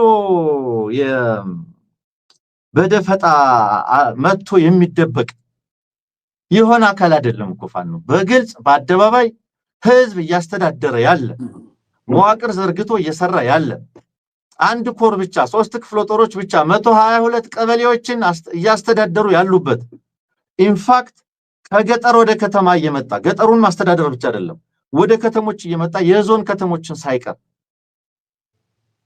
በዚህ ደረጃ ማጥቃት የሚችልበትን ቁመናና ፖለቲካዊና ወታደራዊ ቁመና የያዘ መሆኑ ባህር ዳር 20 ኪሎ ሜትር ርቀት ላይ ቱሪስት ሰብስቦ የሚያነጋግር ካን ዩ ኢማጂን ፈረንጅ ሰብስቦ ስለ ትግል ብሪፍ ሲያደርግ ነው ያለው ዛሬ ይሄ የሚነግረን ምንድነው ማን ነው ሸማቂው በየአካባቢው ወረዳዎቹን አስረክቦ መዋቅሩን አስረክቦ ቀበሌዎችን አስረክቦ መንግስትን ሰላም አጸናለሁ ይላል ከራስ ጋር ጸብ ነው የገባው አሁን እየሸመቀ ያለው አገዛዙ ነው ከደብረ ታቦር ባህር ዳር እየተደበቀ ነው ከደቡብ ጎንደር ከሰሜን ሸዋ ከተለያዩ ዞኖች ወደ ዞን ከተማ ወደ ዋና ከተማ ወደ ማዕከላዊ አገሪቱ ክፍል እየሸመቀ እየተደበቀ ነው ያለው ገና ደግሞ ይሸሻል በነገራችን ላይ መጪው ጊዜ በጣም ከባድ ነው የሚሆነው ለባዴን ካድሬ ስለዚህ ቀደም የጠቀስከው ፋኖ ስትራቴጂካዊ የማጥቃት ቁመና ላይ መሆኑን ሁሉ ጊዜ ይላሉ ወደ ስትራቴጂካዊ ማጥቃት ለመሄድ የሚያስችለን ቁመና ያያዝን ነው ለዛ የሚሆን መደላድሎች እየተፈጠሩ ነው ለዛ የሚሆኑ ድሎች እየተገኙ ነው ይያሉ ሲናገሩ ታያለ ያ ስትራቴጂካዊ ማጥቃት ምንድነው የሚለው ወደፊት በደንብ የምናየው ሆኖ አሁንም ግን የአይነት ትርጉም ያሰጡ የሚችሉ ማጥቃቶችን ነው እየወሰደ ያለው ስትራቴጂካዊ የማጥቃት ቁመና መያዙን አይደል የውጊያ ጽንፈኛ ነው ሽብርተኛ ነው ዋሻ ውስጥ ነው ሳይሆን ደብረ ታቦር ነው ያለው ባህር ዳር ዙሪያ ላይ ነው ይያልክ ያለው አንተ እና ህዝብ ያስተዳደረ ነው ደገፈ ህዝብ ያወያየ ነው ማለት ከትርክታቸው ጋር ኮምፕሊትሊ የተፋታ ነው እና የሻቢያና የሌሎች ወታደሮች ናቸው ሲል ህዝቡን ሰብስበው የሚያወያዩትን እኛ እየተጠበቀን ነበር ቪዲዮዎች ሲመጡና ምናልባት እነዚህ ውይይቶች በሌላ ቋንቋ የሚካሄዱ ከሆነ ብለን ማለት ነውና በህዝብና በአገዛዙ መካከል ያለውን ተቃርኖ እንትን ሲሰት ይወለ በደርግ ጊዜ ፕሮፓጋንዳ ሲሰራ ተመልክተናል ወይ ሰምተናል ወይ አንበበናል አይደል አንሙት አሁን ላይ ስትመለከት ምንም አካባቢውንና ኮንቴክስቱን የማይመስል ፕሮፓጋንዳዎች ዘመቻዎች ሲደረጉ ታያለ እንደው በጣም አስቀያሚ በሆነ መንገድ የህዝብን ንብረት እያቃጠለ ፋኖን አስወነጅላለሁ አስተቻለሁ ምክንያቱም ፋኖ በጣም ሪስፖንሲብል ኤጀንሲ ሆኗል ገባ በጣም ሪስፖንሲብል ኤጀንሲ ሆኗል ሶ ኢንሰርጀንቶች በነገራችን ላይ ከተሞች ላይ ኦፕሬሽን ሲያደርጉ ለሲቪሊያን ይጨነቃሉ ዓለም አቀፍ ህግ ያስገድዳቸዋል የንብረት ውድመትን ምናምን ሊያስጨንቀው የሚገባ የነበረው ግን አገዛዙ ነው የሚወነጀለው መወንጀል የነበረበት ምክንያቱም የህዝብን ሰላምና ደህንነት ሳይጠብቅ ነው ምርጫ ወዳደራለሁ ይያለ ያለው ምረጡኝ ምልክቴ ስንዴ ነው የፋኖ ምልክት ነው ማጭድ እኛ ደግሞ ስንዴ ነን ይያለ ምናምን ሲያወራት ግን አክቹሊ ይሄ ምረጡኝ የሚል አገዛዝ አማራን ላለፉት 5 ዓመታት ያስተዳደረው በአስቸኳይ ጊዜ አዋጅ እንደሆነ ታውቃለህ አንሙ ብላንኬት ስቴት ኦፍ ኢመርጀንሲ አውጆ for the past 5 years የአማራ ህዝብ under martial law በአስቸኳይ ጊዜ አዋጅ ስር ነበር የነበረው የአማራ ህዝብ እንግዲህ ምርጫ ለወዳደር ነው ብሎ ይመጣል የማያስተዳድረው ቀበሌ ላይ የማያስተዳድረው ወረዳ ላይ በሌለበት ስፍራ ላይ እና ይሄው አካል እንግዲህ የህዝብ ሆስፒታሎችን ትምህርት ቤቶችን ጤና ተቋማትን አውድሞ ህዝቡ ፋኖን እንዲወቅስለት ይጠብቃል። you know what responsibility ኃላፊነቱ ማላይ እንደወደቀ ታውቃለህ። በጣም በዚህ አጋጣሚ በጣም የሚያስገርመኝ ነገር እሱ ነው። ስለ ህዝብ ንብረት ኃላፊነት ወሰደው በዚህ ሰዓት ፋኖ ነው። ተመልከት እንግዲህ መወቀስ የነበረበት እኮ ማንንም ቢያወድመው መወቀስና መጠየቅ የነበረበት አገዛዙ ግን ደግሞ እንዲወነጀልለት የሚፈልገው ተመልከቱ እንግዲህ ተመልከቱ ፋኖ የሚያደርገውን ይያለ ፋኖን ሲወነጅል ተመለከቷል። ራሱ ያወድማል እንደገና ፋኖን ይወነጅላል። በዚህም ከህዝብ ይነጥልልኛል ብሎ ያስባል። በተመሳሳይ መንግስት እሱ ሆኖ ህዝብ ሰልፍ እንዲወጣ ያደራጃል። ለማን ነው ህዝብ ሰልፍ የሚወጣው? እሱ እንግዲህ እሱ ከሆነ ሰልፍ ህዝቡን ኑና ሰልፉቱ እና ቲፒኤልኤፍን አውግዙ፣ ፋኖን አውግዙ፣ ኦርገሌን አውግዙ ብሎ እኔ መንግስት ነኝ ደግሞ ብሎ ህዝቡ ራሱ ሰልፍ እንዲወጣ ራሱ እያስተባበረ ማን እንዲደርስለት ነው እነዚህን ጥያቄዎች እናንተኖች የሚያቀርበው?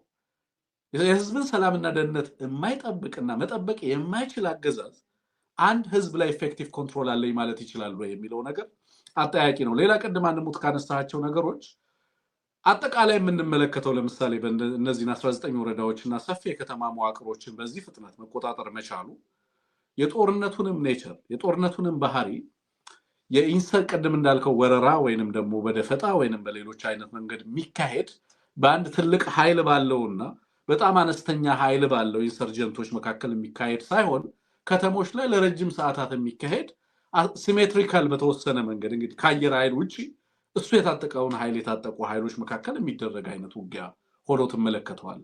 አንዳንድ አካባቢዎች ላይ የሚሊሻ ኃይሉ ሌላው የጸጥታ ኃይል ያለምንም ተኩስ እጅ የሚሰጥበት ሁኔታና ድርድር የሚካሄድበት ቅድም እንዳልከው ምህረትና የምህረት አዋጅ የሚተላለፍበት ሆኖ ተመለከተዋል። ይሄ ለኔ የተለየ ፓወር ነው፣ የተለየ አቅም ነው። አሁን ስለ ሞኖፖሊ ኦፍ ቫዮለንስ ሀገሪቱ ላይ አገዛዙ ላይ ያወራ አይችልም እና እኔ ነኝ የኃይል በላይነት ያለኝ ስለዚህ ይሄንን ህዝብ የማስተዳደር የእንትን አቅም ያለኝ እኔ ነኝ ብሎ በበላይነት በብቸኝነት በሀገሪቱ ጉዳይ የሚወስንበት ሁኔታ እንደሌለ አማራ ብቻ አይደለም እኮ ይሄ ተፈጠረው አንሙት የሀገሪቱ ትልልቅ ክልሎች የሚባሉት አካባቢዎች ላይ ተመሳሳይ አይነት ኃይልና አቅም ነው እየተፈጠረ ያለው በሁሉም አካባቢዎች ላይ ማለት አሁንም ግን በእነዚህ ሁኔታዎች ውስጥ አገዛዙ ለቀጣይ ጦርነት ደግሞ ሲዘጋጅ ተመለከተዋል። አብይ አህመድ manipulated and twisted the state and turned it against itself. ስርዓቱን አገሪቱን ያዘ ሀገሪቱን በራሷ ላይ እንድትነሳ አደረጋት። ኦህዴድ አሁን ኢትዮጵያን በኢትዮጵያ ስቴት ነው እያጠፋ ያለው። ኢትዮጵያን በኢትዮጵያ በሚባል ስቴት ነው እያወደመ ያለው። ተቋሞቿን እንድትበላ ህዝቧን እንድትበላ ሙሉ ውድመት ሌላ ኃይል አምጥተው ኦኬ አንሙት ለሚፈልጉት ቀጣይ ለምሳሌ ሌላ ስቴት ፎርም ማድረግ ቢፈልጉ እዳ ያለባት በርካታ ጦርነት ያደረገች የምትደማ ኢትዮጵያ ህዝቦቿን ያደማች ኢትዮጵያ ፈጥሮ ከዛ በኋላ እቺ ኢትዮጵያ ራሷን እንድትበላ በማድረግ እሱ ማዋለድ የሚፈልገውን ነገር ለማዋለድ እድል ይፈጥርልኛል ብሎ ያስባል። በዚህም ምክንያት በጦርነት ውስጥ ሌላ ጦርነት ፕላን ያደርጋል። ሉክ የአብይ አህመድ አገዛዝ አሁን ባለበት ቁመና ኢትዮጵያ ውስጥ የህዝብን የምግብ ዋስትና ማሟላት አይችልም። የህዝብን ሰላምና ደህንነት ማሟላት አይችልም። ኢፌክቲቭ የሆነ ገቨርናንስ እና ኮንትሮል የለውም። ምን ማድረግ ግን ይችላል? ጦርነት ማካሄድ ይችላል። ከዛ ውጪ ስቴቱ በወሬ ደረጃ ሀገረ መንግስቱ በወሬ ዲስከርሲቭ ስቴት በንግግር በትርክት ደረጃ ብቻ ያለ አክቹአሊ ግን ፋንክሽን አያደርግም። አገዛዙና አስተዳደሩ ሀገሪቱ ማድረግ የምትችለው በአንድ ጦርነት ውስጥ ሌላ ጦርነት ለማድረግ ወደ ሌላ ጦርነት ራሷን ሞቢላይዝ ማድረግ ብቻ ነው የምትችለው በአሁን ሰዓት። እንደዚህ አይነት አሳዛኝ ሀገር አድርጓታል።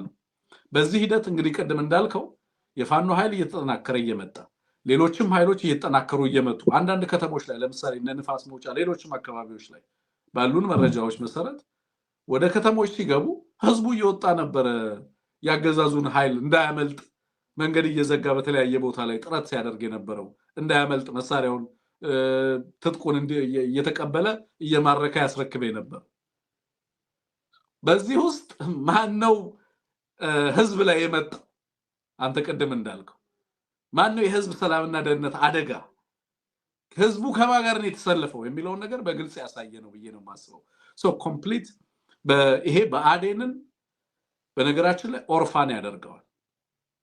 የበአዴን ይወለ ብቸኛ ሚና ባለፉት 3-4 ዓመታት አማራ ላይ ጦርነት ከታወጀ በኋላ የበአዴን ብቸኛ ሚና በክልሉ ላይ ሚሊሻ የመመልመልና አድማ በተና የማደራጀት ሚና ነው ያለው። ሌላ በኢትዮጵያ ፖለቲካ ውስጥ ስፍራ የለው። ኦኬ ስፍራ የለው። ሲምቦሊክ ነው ሮሉ፣ ተላላኪነት ነው። ያው ምንም አይደለም፣ ምንም የፖለቲካ ኃይል አይደለም። ሶ ሚሊሻና አድማ በተና ካላደራጀ በአዴን ምን ይሰራል? ሚሊሻና አድማ በተናው ደግሞ ምንም ዋጋ የሌለው ለአንድ ሰዓትና ለ40 ደቂቃ መዋጋት የማይችል ኮዳ ከሆነ ምን ታደርገዋለህ? አንሙት። ሶ አሁን ጥያቄው በአዴን አገዛዙን ተጠግቶ መረጃ እየሰለለ እንደሚሉት ለጽንፈኛው ከማቀበል ውጪ እነሱ እንደሚሉት ሌላ ምን ሚና አለው በሚል በአዴንን ከዚህ በኋላ ቆርጠን መጣል አለብን። የከዱት ልጆችና ሌሎች እንትኖችን ቀላቅለን ደግሞ ሌላ ነገር እንፍጠር፣ እስኪ በአምሳያችን የሆነ ነገር እንፍጠር ብለዋል። አሁን እንግዲህ መዋቅር ምናልባት ማጽናት ከተቻለ እንሞክር፣ ወይንም ካምፕ ውስጥ ተደብቀን እስከ ምርጫ ድረስ እንዝለቅ የሚል አይነት ፍላጎት እንዳላቸው ትመለከታለህ። ያዘልቃሉ ይሄ መንገድ ነው። አሁን የአማራ ህዝብ ለአንድ አገዛዝ የሚወድቀው በህዝብ ስነ ልቦና ነው፣ በህዝብ አእምሮ ውስጥ ነው የሚወድቀው። አማራ ይሄንን አገዛዝ መንግስት ብሎ ሊጠራ በፍጹም አይቻለው።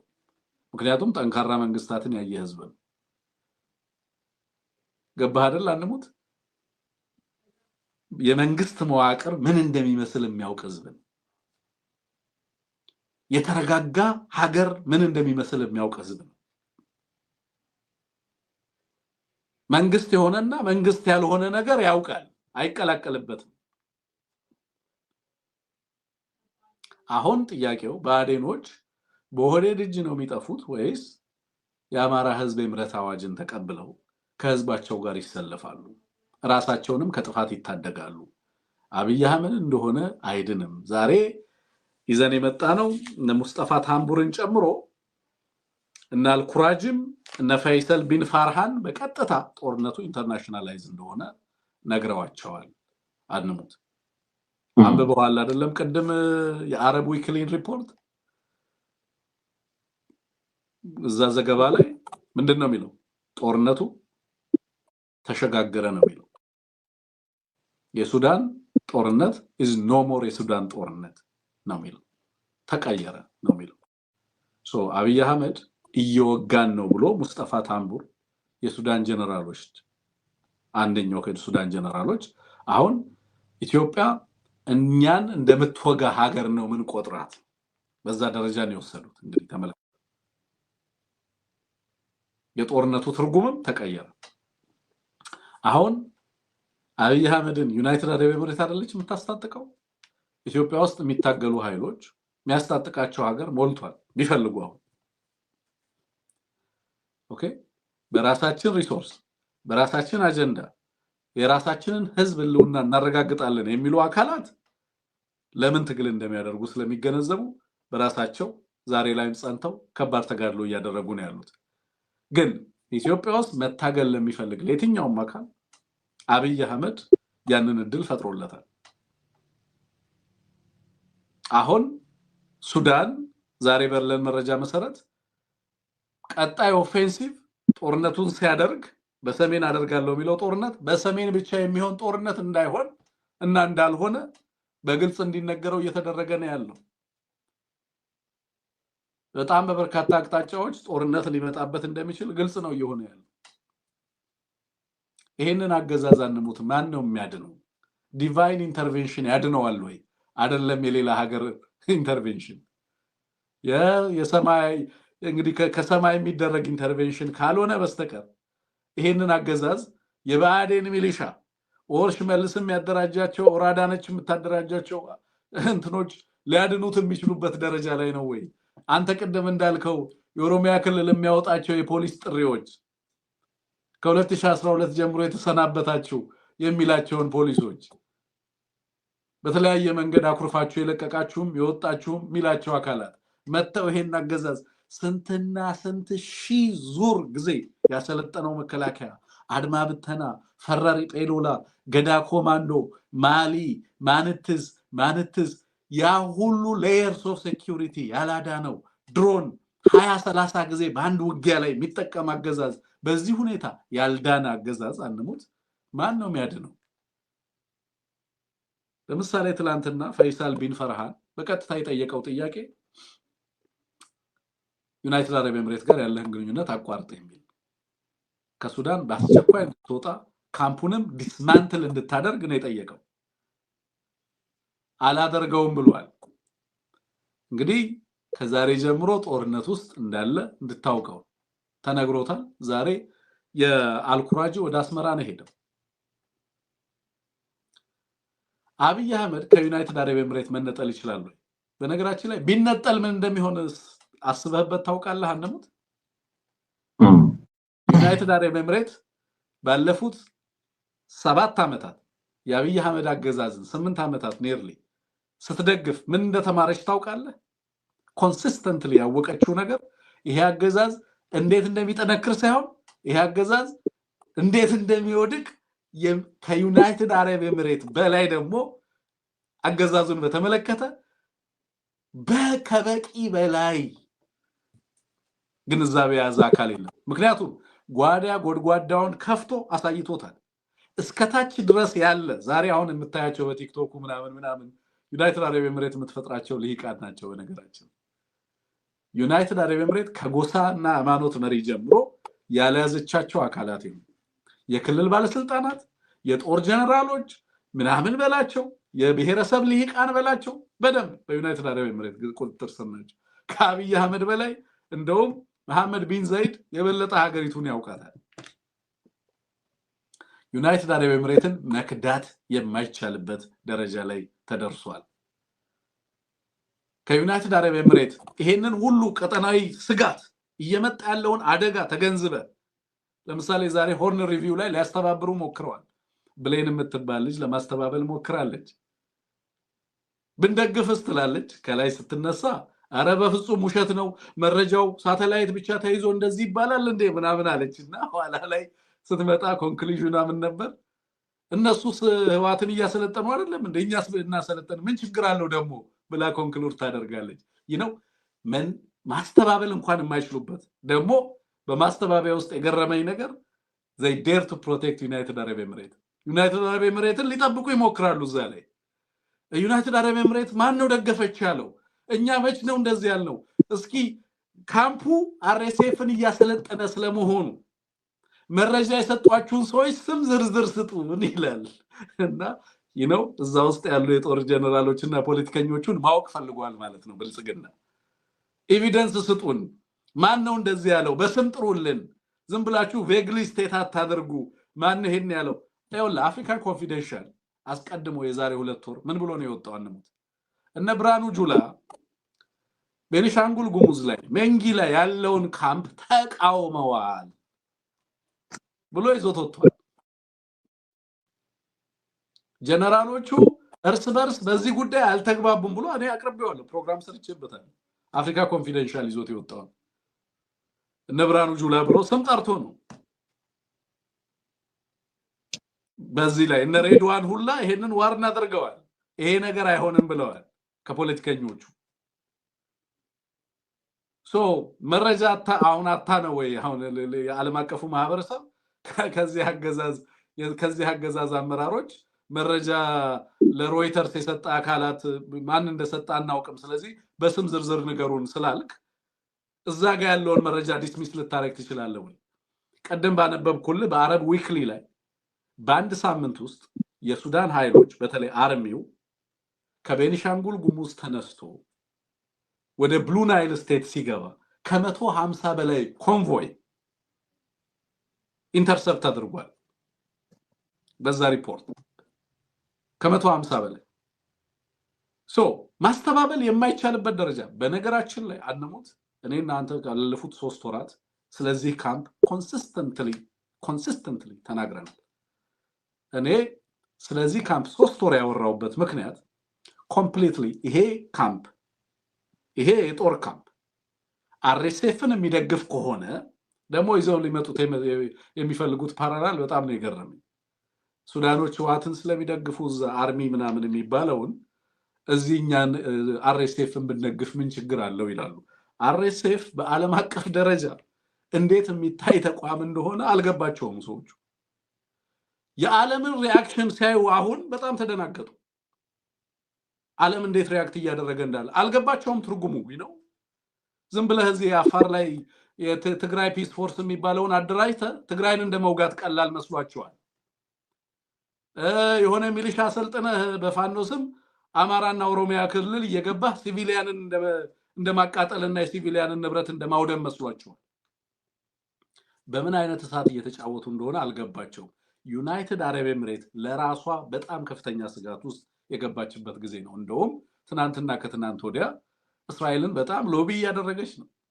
ሳውዲ በሆነ መንገድ ልትከሰስላት የምትችልበትን ሁኔታ ለመፍጠር ግን በጣም ነገሮች ከብልጽግና ስፌር በጣም በፍጥነት እየወጡ ነው ያሉት። አደጋ ላይ ሌላ አደጋ፣ በቀውስ ላይ ሌላ ቀውስ። ይሄ ጭንቅላትና ይሄ ካድሬ ደግሞ ካኪስቶክራቱ በማህበረሰብ ውስጥ እጅግ የተጠላው ስብስብ፣ በኢትዮጵያ ህዝብ እጅግ የተወገዘው ስብስብ ደግሞ በየትኛው ጭንቅላቱ አስቦችን ሀገር ከእንደዚህ አይነት አደጋ ሊያወጣ ይችላል? አንሙት። ያሉት አማራጮች አሁንም ላይ ነው የሚወድቁት።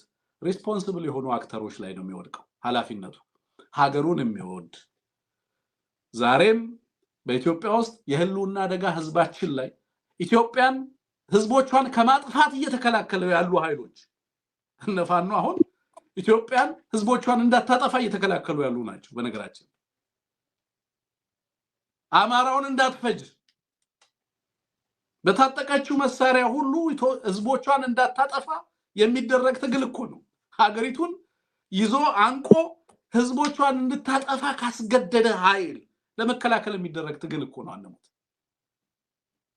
በዚህ ሰዓት ላይ በዚህ ውስጥ ደግሞ ይኸውልህ ሌላ ጦርነት ሞቢላይዝ እያደረገ ምልክቴ ስንዴ ነው ምረጡኝ ቶሎ በሉ ጦርነቱን ላስቀጥልበት እያለ ነው አዲስ አበባ ላይ።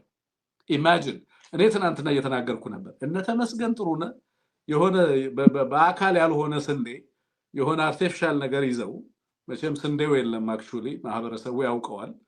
እውነታውም ዳቦም ስንዴውም የለም፣ ግን የሆነ ስንዴ የሚመስል ስንዴ ዘለላ የሚመስል ነገር ይዘው መዝሙር ሲዘምሩ ነበር ትናንትና የነበረው። እሱ የወጣበት አካባቢ ላይ ከሄደ 7 ዓመት አልፎታል።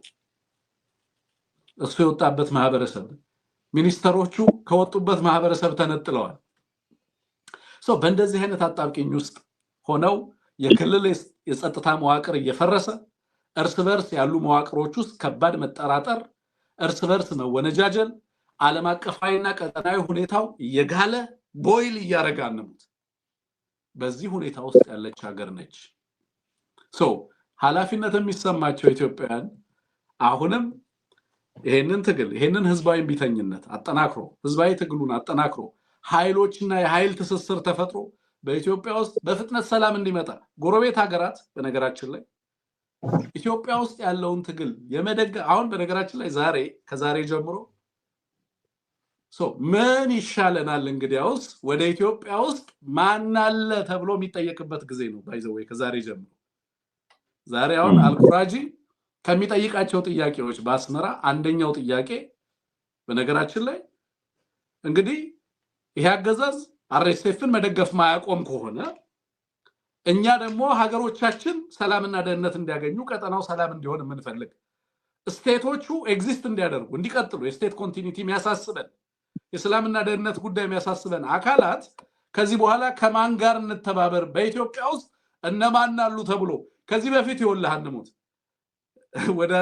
ወደ ሳውዲ ወደ ሪያድ ነበር የሚካሄደው አይደለም አሁን እሳ ሪያድ ወደ ራሷ ወደምትፈልግ መምጣት ጀመረች ሌሎች ሀገራት አሁን ጉዳያቸው በቀጥታ የኢትዮጵያ ሱዳን ውስጥ ኢንቮልቭ ማድረግ በጣም በርካታ አካላቶችን ታይፕ ኤርዶጋንን ጨምሮ በርካታ አካላት እየመጡ ነው ያሉት በቀጥታ ሱዳን ውስጥ ባለው ጦርነት ተሳታፊ ነው ኤርዶጋን ግብጽ አለ ሳውዲ አለ አሁን ሌሎች አካላት እየመጡ ነው ያሉት በእንደዚህ አይነት ሁኔታ ውስጥ ነው ሀገሪቱን ወስዶ አብይ አህመድ በእንደዚህ አይነት አደጋ ውስጥ የዳረጋትና እነዚህ ነገሮች እንግዲህ ሀገሪቱን ቀውስ እና ቀጠናዊ ሁኔታውን ደምረና ይሄንን አገዛዝ ምን ያህል ያዘልቀዋል የኢኮኖሚ ቀውሱ ሌሎች ማህበራዊ ቀውሶችን ደማምራቸውና በዚህ ሂደት ውስጥ በርግጥ በምርጫ ራሱን ሊያስመልጥ የሚችልበት እድል አለ ወይ የሚለው ላይ ሐሳብ ስጠናንሙት ፕሮግራማችንን እናጠናቅቃለን መልካም እንግዲህ ፍልስፍናው ነው ከዚህ ቀደም ካንተ ጋር አቅርበናል ዓለም ቀውስ ውስጥ እየገባ ነው ቀጠናው ቀውስ ውስጥ እየገባ ነው ሲባል ቀውስ ውስጥ ባልነበረበት ጊዜ ምን አተረፈን የሚል እምነት እንደውም ከቀውስ ውስጥ እናትረፍ የሚል ፍላጎትና ፍልስፍና ነው የተያዘ ያለው ቀውሱ ጦርነቱ እንዲህ ያለ ሁኔታ የሰው ህይወት የነጠቀ ነው የሀብት ውድመት ያስከተለ ነው የሚል መቆርቆር ከሌለ የሚያሳስብህ በዚህ ውስጥ የምታረጋግጠው የግልና የቡድን ጥቅም ብቻ ሲሆን የአካባቢ ሰላም የሀገር ሰላም የውስጥ ሰላም የቀጠና ሰላም ሊያስጨንቅህ አይችልም ስለዚህ ዓለም ሱዳንን ለማትረፍ እየተረባረበ ነው ያለው ይሄ ቀጠና ሰላም እንዲሆን እየተረባረበ ነው ያለው የአብይ አህመድ አገዛዝ ግን የራሱን አገር በየአካባቢው እንዲፈነዳ አድርጎ በዚህ የቀጠና ቀውስ ላይ ተጨማሪ ቀውስ በመፍጠር ተርፍ አገኛለሁ ከቀውሱ እናተርፋለን ብሎ ተነስቷል ለማስተባበል ያልከው አስቂኝ ነው ለማንበብ እየሞከርኩ ነበር ምናልባት ከዚህ በኋላ የሚጻፉ ካሉ ምን እናያቸዋለን አንድ ጊዜ የወርቅ ማቀነባበሪያ እንጂ የወታደር ማሰልጠኛ አይመስልም ይላል በነገራችን ላይ በጣም በኩል አንሙት በጣም እነሱ ምላሾች ናቸው በጣም አስቂኝ እየሆኑ ያሉት በነገራችን ላይ የሚሰጡት ትርምሶች ማለት ነው ኢቭን በተቀናጀ መንገድ አይደለም ምላሽ የሚሰጠው አይተኮ ኦፊሻልም አይደሉም ኦፊሻል ይፋዊም አይደሉም ያው በዝምታ ውስጥ የሆኑ ሰዎች እስኪ የሆነ ነገር ጻፉ ይባላል እንጂ በዚህ ውስጥ የሚታወቅ እውነት ስለሆነ ይሄን ዲፌንድ ሊያደርጉት አይችሉም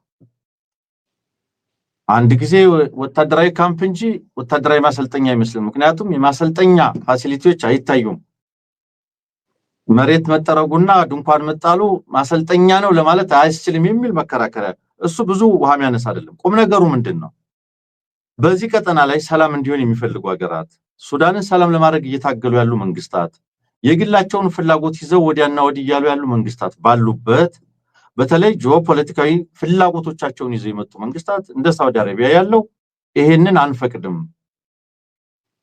አርኤስኤፍን መደገፋቸውን አንፈቅድም ከኤርትራ ጋር የምትገቡበትን ጦርነት አንፈቅድም ከትግራይ ጋር ከቲፒኤልኤፍ ጋር እየተዘጋጃቸው ያለበችውበትን ጦርነት አንፈቅድም ማሳሰቢያዎች ናቸው እየወጡ ያሉት የተባበሩት መንግስታት ዛሬ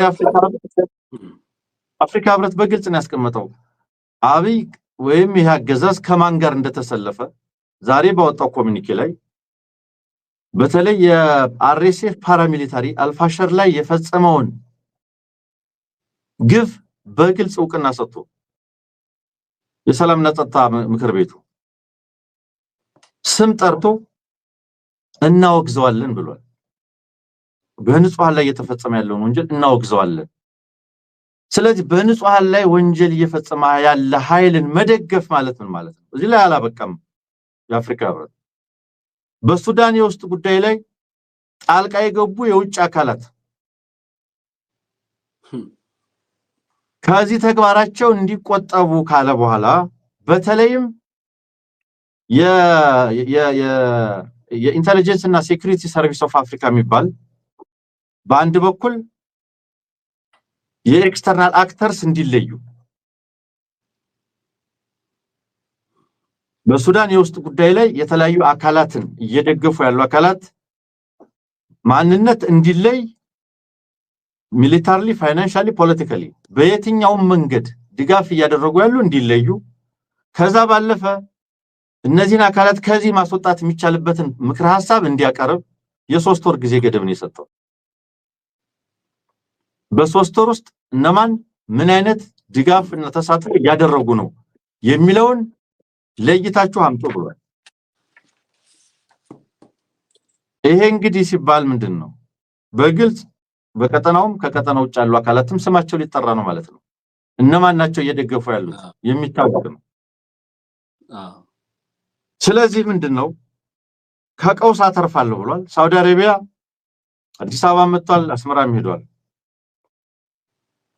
ይሄን ተጨማሪ ጦርነት አይፈልጉትም። ማንም ይሄን ተጨማሪ ጦርነት በዚህ ቀጠና ላይ ለማየት ፍላጎት የለውም።